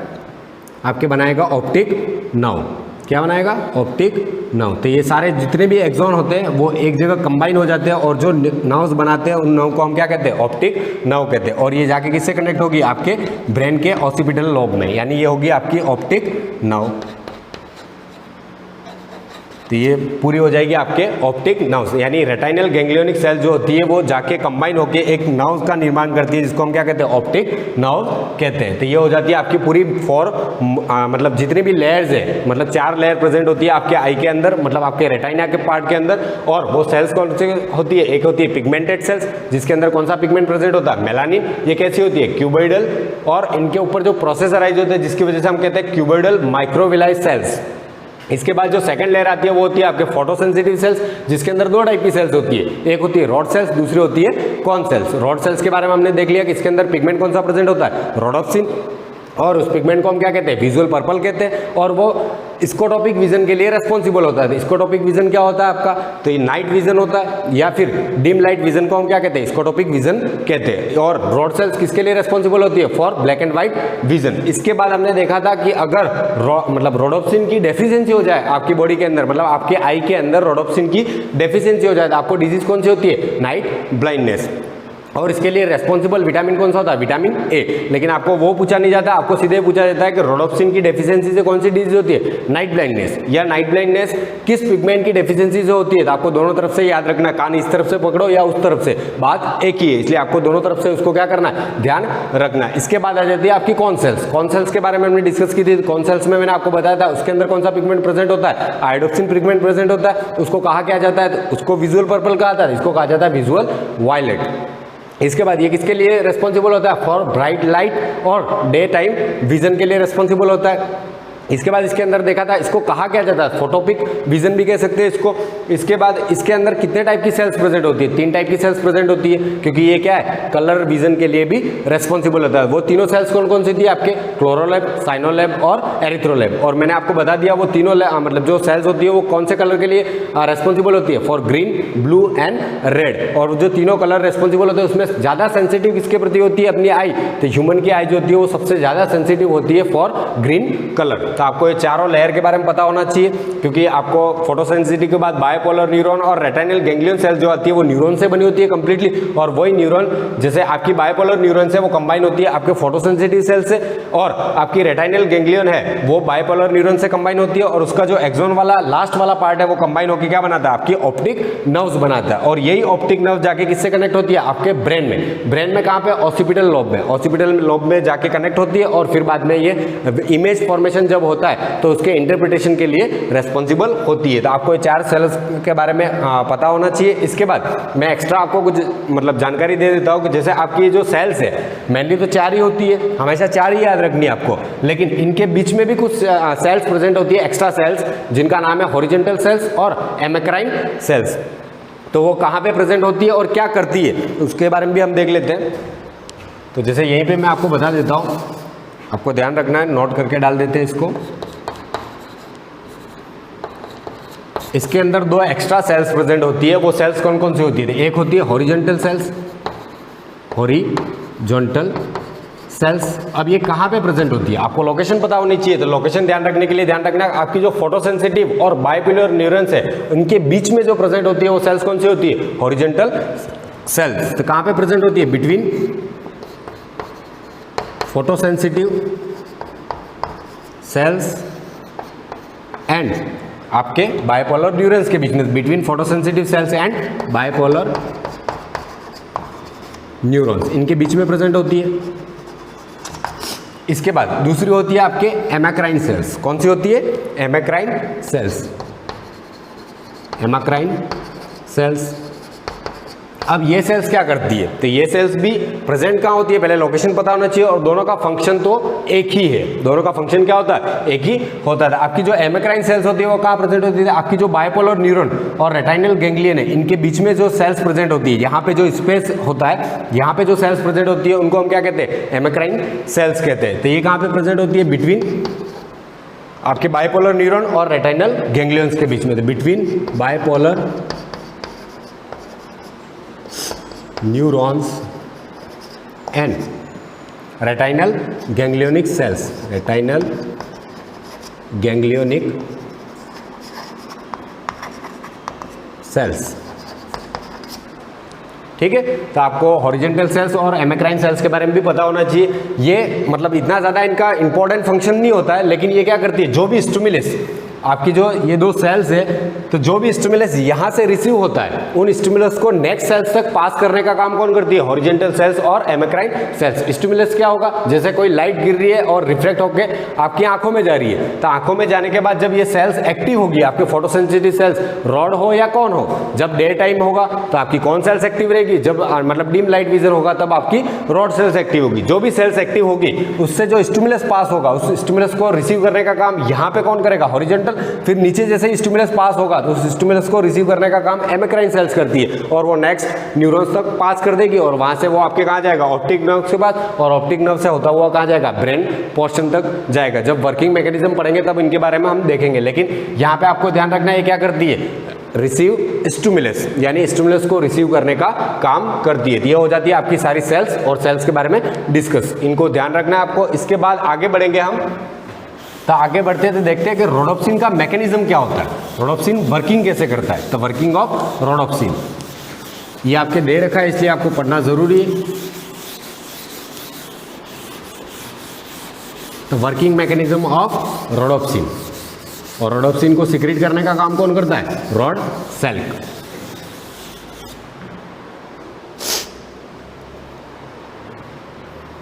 तो आपका जो रोडोप्सिन होगा, यानी वर्किंग ऑफ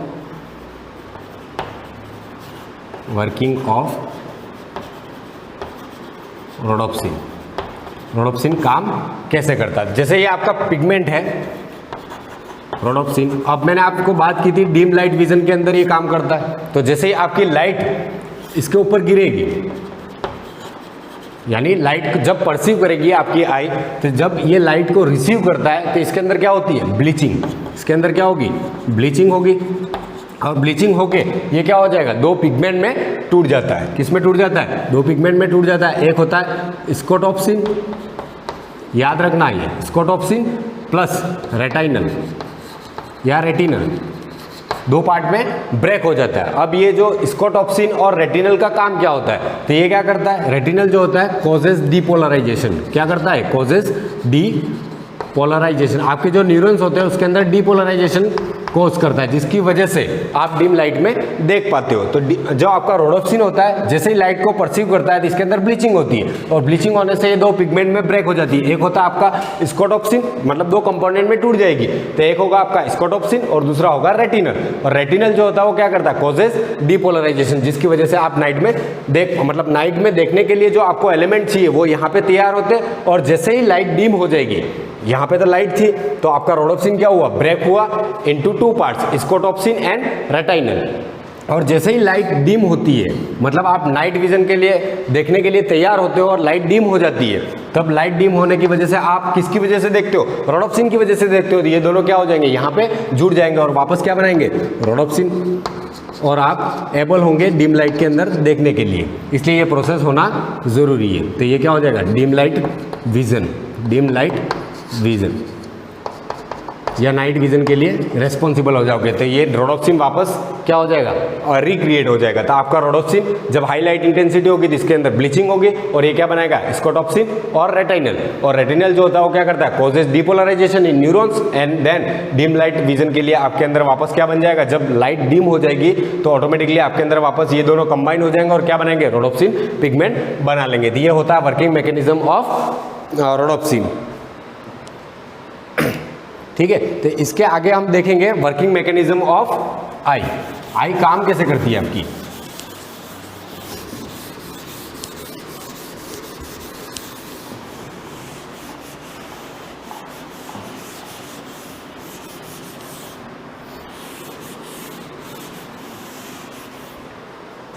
तो इसके बाद आ जाएगा आपका working mechanism of I.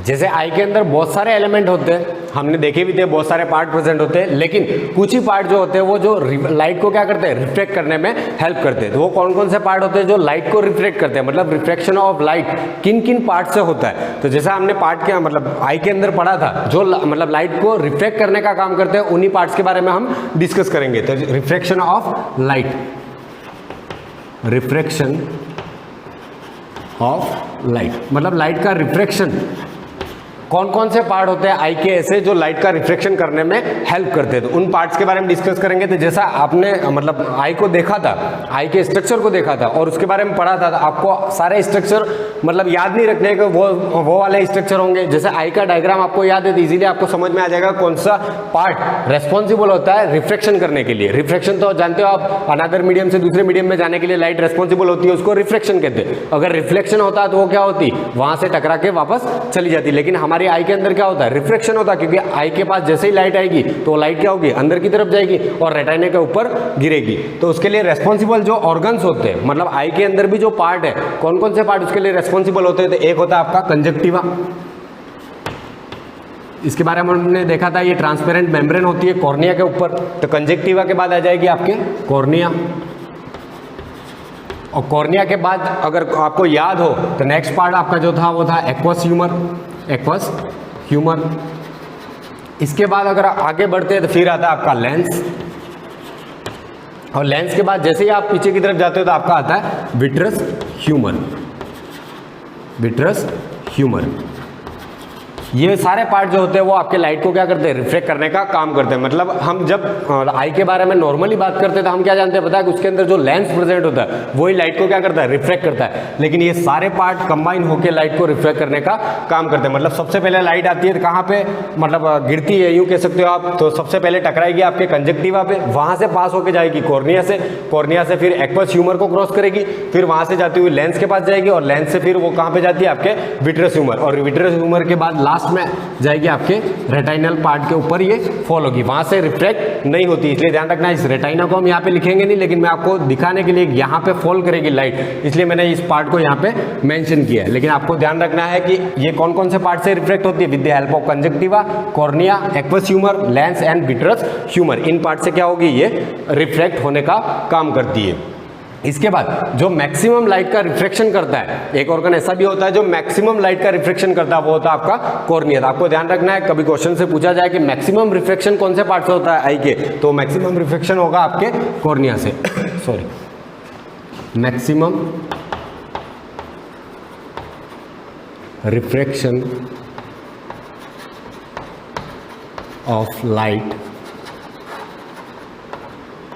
Takes place, मतलब आपकी जो आई है उसमें मैक्सिमम रिफ्रैक्शन किसके थ्रू होता है, कॉर्निया के थ्रू होता है। बाकी सारे ऑर्गन भी क्या करते हैं आपके, मतलब जो सारे पार्ट है आपके आई के, वो भी लाइट का रिफ्रैक्शन तो करते ही है, लेकिन आपका जो कॉर्निया वाला पोर्शन है वो क्या करता है, मैक्सिमम रिफ्रैक्शन करने का काम करता है। तो ये हो गया आपके refraction of light. In organs को भी आपको ध्यान रखना है, conjunctiva, cornea, aqueous humour, lens, vitreous humour, सारे ऑर्गन हमने लिखे नहीं है। आई के पार्ट आप जानते भी हो, उसमें सिलेरी बॉडी भी होती है, आइरिडल पार्ट भी होता है, इसके बाद बहुत सारे पार्ट हमने डिस्कस किए, जैसे स्क्लेरोटा भी होता है आपका, इसके बाद आपके कोरोइड भी होता है और रेटाइना भी होता है। रेटाइना के ऊपर तो लाइट क्या होगी, गिरेगी, मतलब वो परसीव करने का काम करती है। लेकिन बाकी सारे जितने भी पार्ट्स है बचे हुए, यानी conjunctiva, cornea, aqueous humour, lens और विट्रस ह्यूमर, ये क्या करते हैं, लाइट को रिफ्लेक्ट करने का काम करते हैं। इसके बाद वाला जो पार्ट है वो हम नेक्स्ट क्लास में डिस्कस करेंगे, क्योंकि वो बहुत ज़्यादा इंपॉर्टेंट है और बहुत बड़ा है, और टाइम की कमी की वजह से हम यहाँ पे डिस्कस नहीं कर सकते। तो नेक्स्ट क्लास में इसको मैं कंटिन्यू करूँगा। Thank you.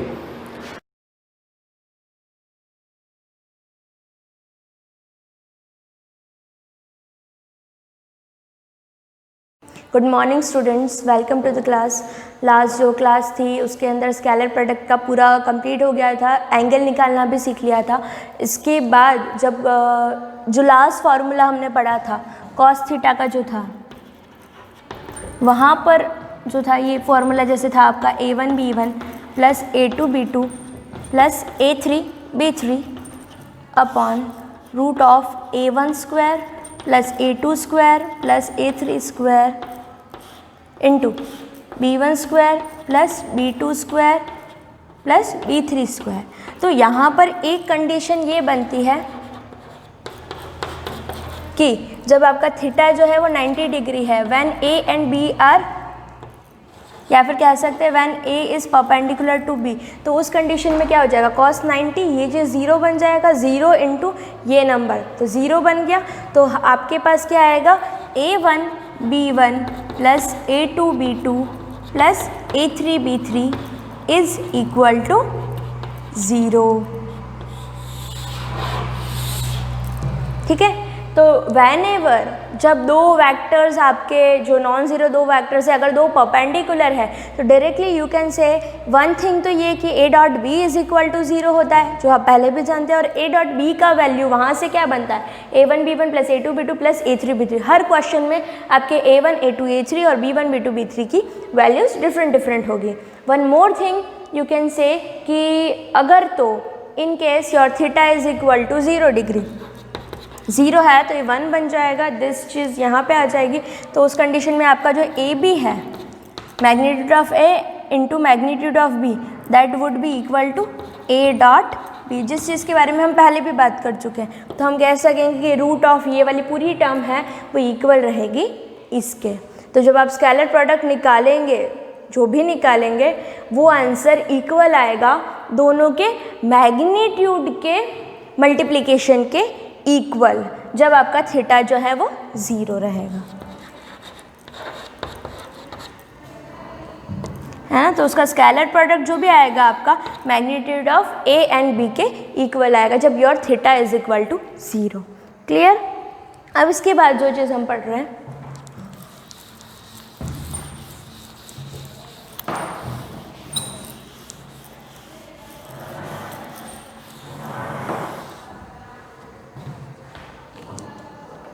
component of any vector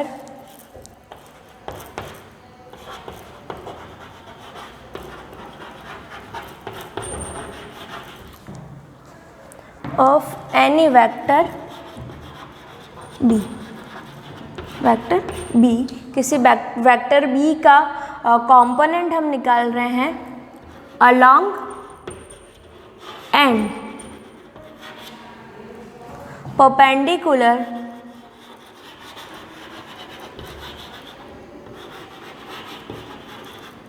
along and perpendicular to vector A. अब देखो इसका मतलब क्या है, पहली चीज़ इसको अगर हिंदी में हम लिखना चाहे तो क्या लिखेंगे, किसी सदिश B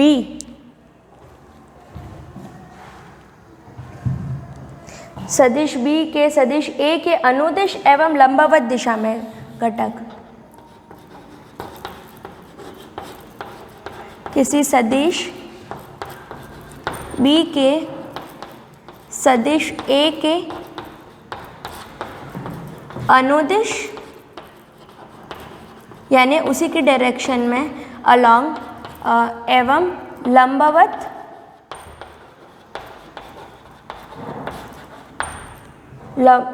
लंबवत दिशा में घटक। ठीक है, अब इसका मतलब क्या है देख लेते हैं। Whenever we talk about two vectors, जब हम दो वेक्टर्स की बात कर रहे हैं, मान लेते हैं ये कोई वेक्टर A है, मान लेते हैं ये कोई वेक्टर B है। ओके, ये ले लिया मैंने vector B।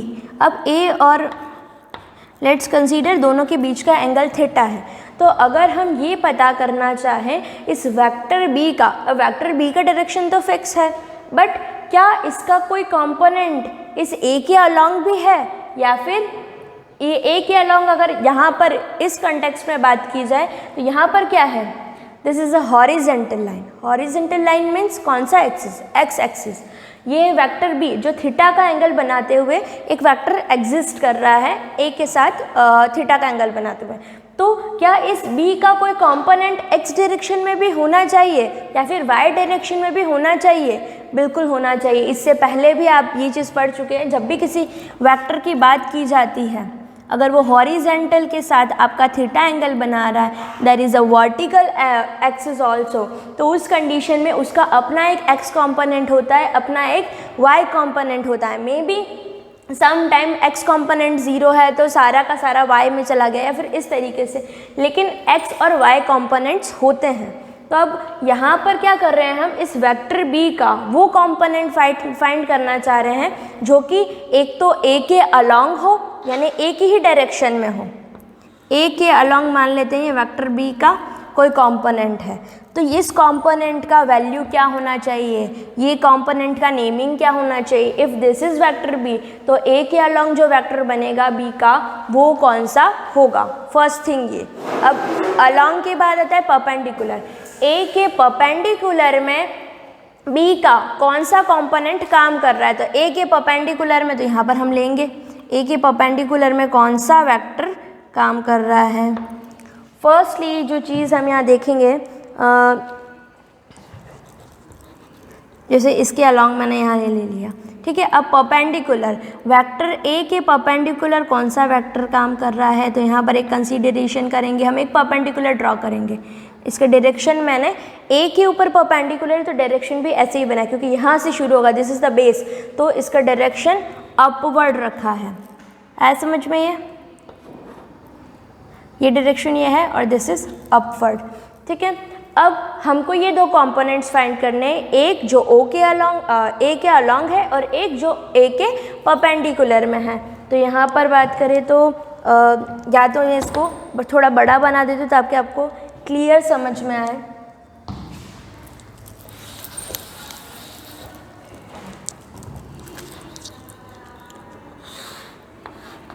This is your vector A, this is your vector B, this is angle theta. A के अलोंग जो हम कंसीडरेशन कर रहे हैं, जो वेक्टर दैट इज ये रहेगा, और जो परपेंडिकुलर है, ठीक है, वो ये ले लिया, उसका डायरेक्शन हमने अपवर्ड रखा है, ठीक है। ये पॉइंट मैंने ले लिया B, ये पॉइंट ले लिया मैंने M। अब यहाँ पर फर्स्टली हम निकालेंगे vector along component of B, component of vector B along vector A के अलोंग उसका जो है A के अनुदिश, वेक्टर A के अनुदिश B का जो घटक है वो क्या होना चाहिए। If this is your O, ये पॉइंट हमने A ले लिया, तो ए के अनुदिश इस बी का कौन सा घटक काम करना चाहिए, तो इसी की लाइनिंग में रहेगा ये, तो यहाँ से लेके यहाँ तक, तो ओ एम जो रहेगा वो कंपोनेंट ऑफ बी है जो कि ए के अलोंग काम कर रहा है, तो ओ एम वैक्टर हमको चाहिएगा। एक बार के लिए मैंने इसको जैसे ओ एम वैक्टर, ठीक है। अब अलोंग के अलावा परपेंडिकुलर कौन सा होगा, component of vector B perpendicular to A, जो कि ए के परपेंडिकुलर, तो परपेंडिकुलर वाला वेक्टर कौन सा हो जाएगा, बी एम, या फिर इसको क्या कहेंगे, डायरेक्शन क्या बन रहा है इसका, एम से बी की तरफ जा रहा है, तो इसको कहेंगे M B, vector M B. अब क्या करेंगे, ये तो पता चल गया थियोरेटिकली कि O M is the component of B जो कि अलोंग है, और B M is the component of B जो कि परपेंडिकुलर है ए के। अब हमारा काम है इस ओ एम वैक्टर को फाइंड करना और एम बी वैक्टर को फाइंड करना। तो ये चीज़ कैसे करेंगे देखिएगा,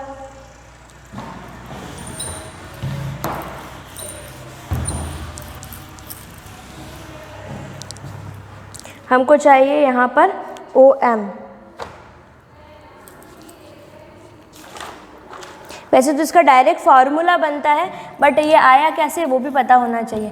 तो यहाँ पर ले रहे हैं, मैं यहाँ शॉर्ट में लिख रही हूँ, along A component of vector B along A that is equal to O M vector. अब इसको एक और चीज़ कही जा सकती है कि सिंस ये पूरा का पूरा वेक्टर ए है, तो हर एक वेक्टर का अपना एक यूनिट वेक्टर होता है जिसका मैग्नीट्यूड 1 होता है। मान लेते हैं कि यहाँ पर भी कोई इसका unit vector A cap exist कर रहा होगा जिसका यूनिट वेक्टर 1 है। अगर इसको मल्टीप्लाई कर दिया जाए, अगर इसको हम मल्टीप्लाई कर देते हैं ओ एम से, तो we will get our O M vector. तो यहाँ पर क्या करेंगे, हम इस यूनिट वेक्टर को मल्टीप्लाई कर देंगे ओ एम के मैग्नीट्यूड से। क्यों, ये चीज़ पहले भी बात कर चुके हैं, जब भी किसी यूनिट वेक्टर में हम किसी स्केलर का मल्टीप्लाई करते हैं तो वो उतना टाइम्स हो जाता है, ये इतना टाइम्स होगा तो हमारा ये वेक्टर बन जाएगा। या फिर ऐसे भी समझ सकते हो, वेक्टर अपॉन उसका मैग्नीट्यूड क्या होता है, यूनिट वेक्टर होता है। यहाँ से ओ एम निकालना है तो O M vector is equal to O M into A cap, क्योंकि ओवरऑल जो आपका वेक्टर है वो क्या है, ए कैप है। अलोंग ये हो गया, अब ओ एम इंटू ए कैप, तो ओ एम जो है उसका वैल्यू पहले लेके आएंगे। ओ एम का वैल्यू यहाँ से लाते हैं, this is your angle theta. O M का वैल्यू चाहिए हमको इस थीटा के लिए। ये जो चीज़ है वो क्या काम करेगी, बेस का या परपेंडिकुलर का, थीटा के जस्ट सामने परपेंडिकुलर होता है लंब, तो बचा क्या, ये तो हाइपोटेनियस है। ओ एम हो गया बेस, हमको चाहिए ओ एम का वैल्यू। तो हम देखते हैं कि बेस किस में आता है, कॉस थीटा का जो फार्मूला होता है आपका, बेस अपॉन हाइपोटेनियस। तो बेस अपॉन हाइपोटेनियस, तो यहाँ से आपका क्या बनता है, O M is equal to, O M नहीं, कॉस थीटा अगर हम लेते हैं तो क्या होता है, base upon hypotenuse, base upon hypotenuse, यानी कि O M upon hypotenuse is B. तो यहाँ से आपके पास वैल्यू आ जाएगा ओ एम का, which is B cos theta. तो O M is equal to directly आप लिख लोगे B cos theta dot A cap. अब ए कैप का वैल्यू क्या होता है ये भी आप जानते हैं, vector A upon magnitude of A.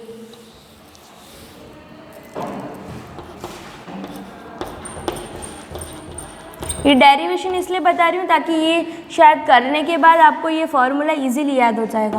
Vector A upon magnitude of A, इसको स्मॉल ए लिखा जा सकता है। नाउ ये बन जाएगा बी डॉट,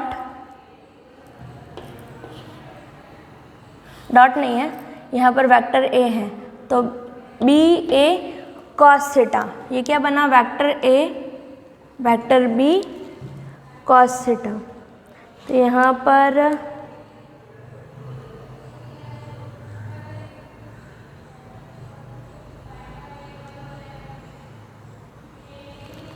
ओके, अब यहाँ से हम देखते हैं कॉस थीटा का भी वैल्यू पुट कर ही लो इसमें।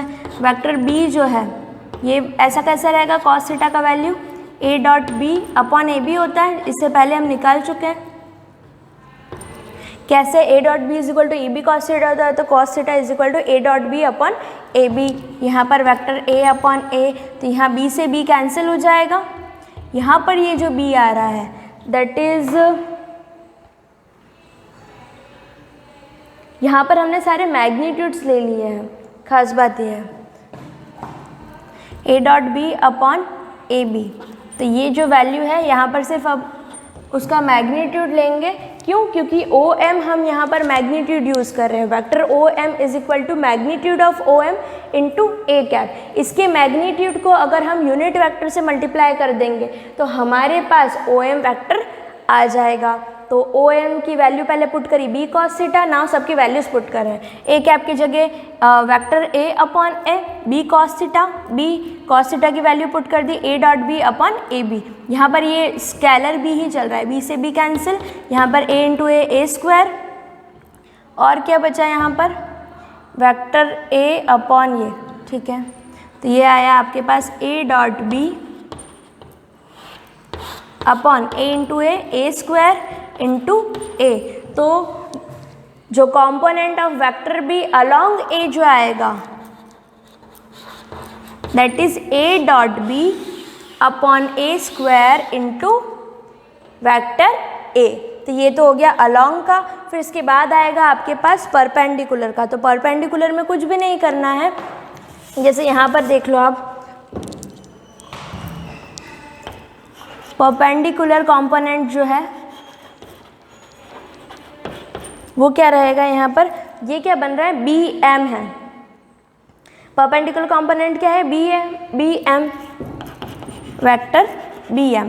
तो वेक्टर बी एम अगर हमको चाहिए तो ट्राइंगल रूल से क्या चलेगा, इसका डायरेक्शन इधर है ओ एम, ये डायरेक्शन इधर है, और ये जो है वो रिवर्स ऑर्डर का वेक्टर है आपका। तो क्या होगा, ये जो ओ बी है that is equal to O M plus M B, O M plus M B रहेगा। क्लियर? अब यहाँ से हमको क्या चाहिए, एम बी चाहिए, बी एम ना लिख करके इसको हम एम बी लिखेंगे क्योंकि इसका डायरेक्शन एम से बी की तरफ है। तो यहाँ से एम बी का वैल्यू चाहिए, तो क्या हो जाएगा O B minus O M. तो ये हो जाएगा ओ बी क्या है इसके अंदर, O B minus O M. Okay, O B का वैल्यू क्या है vector B minus O M, vector O M का वैल्यू हमने यहाँ पर निकाला है along A that is equal to vector O M आया आपके पास A dot B upon A square into vector A. तो ये जो कंपोनेंट आया है आपका वेक्टर बी का which is perpendicular to vector A is vector B minus A dot B upon A square into vector A. तो सिर्फ आपको अलॉन्ग वाला याद रखना है, बाकी सारा ऑटोमेटिकली याद हो जाएगा। अलॉन्ग वाला है A dot B upon A square into A, perpendicular find करना है तो वेक्टर बी में से इस अलॉन्ग वाले को माइनस कर दो, you will get your perpendicular component of vector B. अब परपेंडिकुलर किसके हैं, वेक्टर ए के अलॉन्ग, वेक्टर ए के साथ ये परपेंडिकुलर है। तो ये हो गए हैं आपका पूरा थियोरेटिकल पार्ट कंप्लीट, जितने भी फॉर्मूलाज थे। अब 13.2 की क्वेश्चंस हैं, आई होप वो आपसे हो जाएंगे। इसमें थोड़े क्वेश्चंस करते हैं जैसे अप्लाई, जैसे आपका एग्जाम्पल्स है वो तो सारे इजी ही है। फर्स्ट में डॉट प्रोडक्ट फाइंड करना है, फिर उसके बाद में फॉर विच, नेक्स्ट क्वेश्चन है example number 11, for which value of lambda vector 2i cap plus lambda J cap plus 5k cap and minus i के plus J cap plus k cap are mutually perpendicular. दो vectors given है और आपको कहा है कि वो mutually perpendicular, तो लैम्बडा का वैल्यू फाइंड करो। तो बहुत ज़्यादा इजी है, ए डॉट बी ले करके आपको चलना है, जिसे कर ही लेते हैं।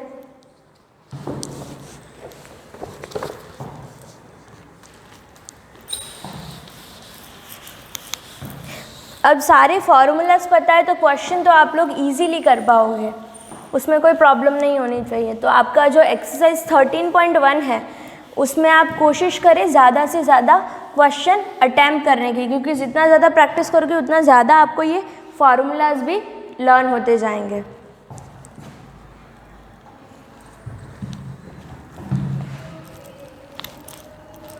जैसे एग्जाम्पल नंबर 11 है आपका, for which value of lambda, lambda का वैल्यू फाइंड करना है if vector, two vectors let A is equal to 2i cap plus lambda J cap plus 5k cap, b is equal to दूसरा जो vector है minus i cap plus j cap plus k cap. अब given क्या है, आपको क्या दिया हुआ है,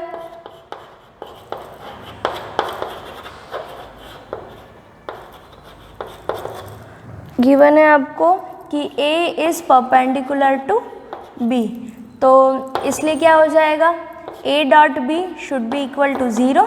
तो A डॉट बी लेकर के चलेंगे तो A डॉट बी निकालने का तरीका क्या, 2 इंटू -1 I डॉट आई तो 1 हो जाएगा plus lambda into 1 J dot J तो 1 हो जाएगा और 5 इंटू 1 K डॉट के भी 1 हो जाएगा विच इज़ इक्वल टू 0। तो -2 plus lambda plus 5 is equal to 0। यहाँ पर lambda plus 3 is equal to 0, तो लैम्बडा इज इक्वल टू क्या आ जाएगा आपका -3। ओके, इसी तरीके से फॉर्मूलाज अप्लाई करने हैं and you will get your answer. जैसे एग्जाम्पल नंबर 13 है, show that a plus B का whole square is equal to a square plus 2a dot B.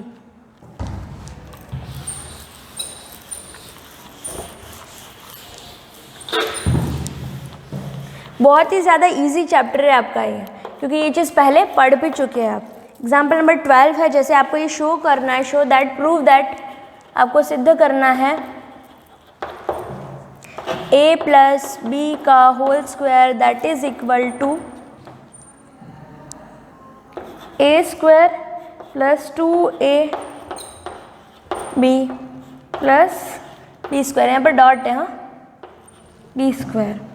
तो फर्स्ट वाले को सॉल्व करना है हमको, तो तरीका क्या रहेगा, वही LHS लेकर के चलना है, RHS आंसर आना चाहिए। LHS है हमारा a प्लस बी का whole square that is equal to, तो हम डायरेक्टली इस चीज़ को ये नहीं लिख सकते कि ये चीज़ इसके बराबर होती है, ये चीज़ तो आपको लेके आनी है, और ना हम वो आइडेंटिटी लगा सकते हैं a प्लस बी के होल स्क्वायर की।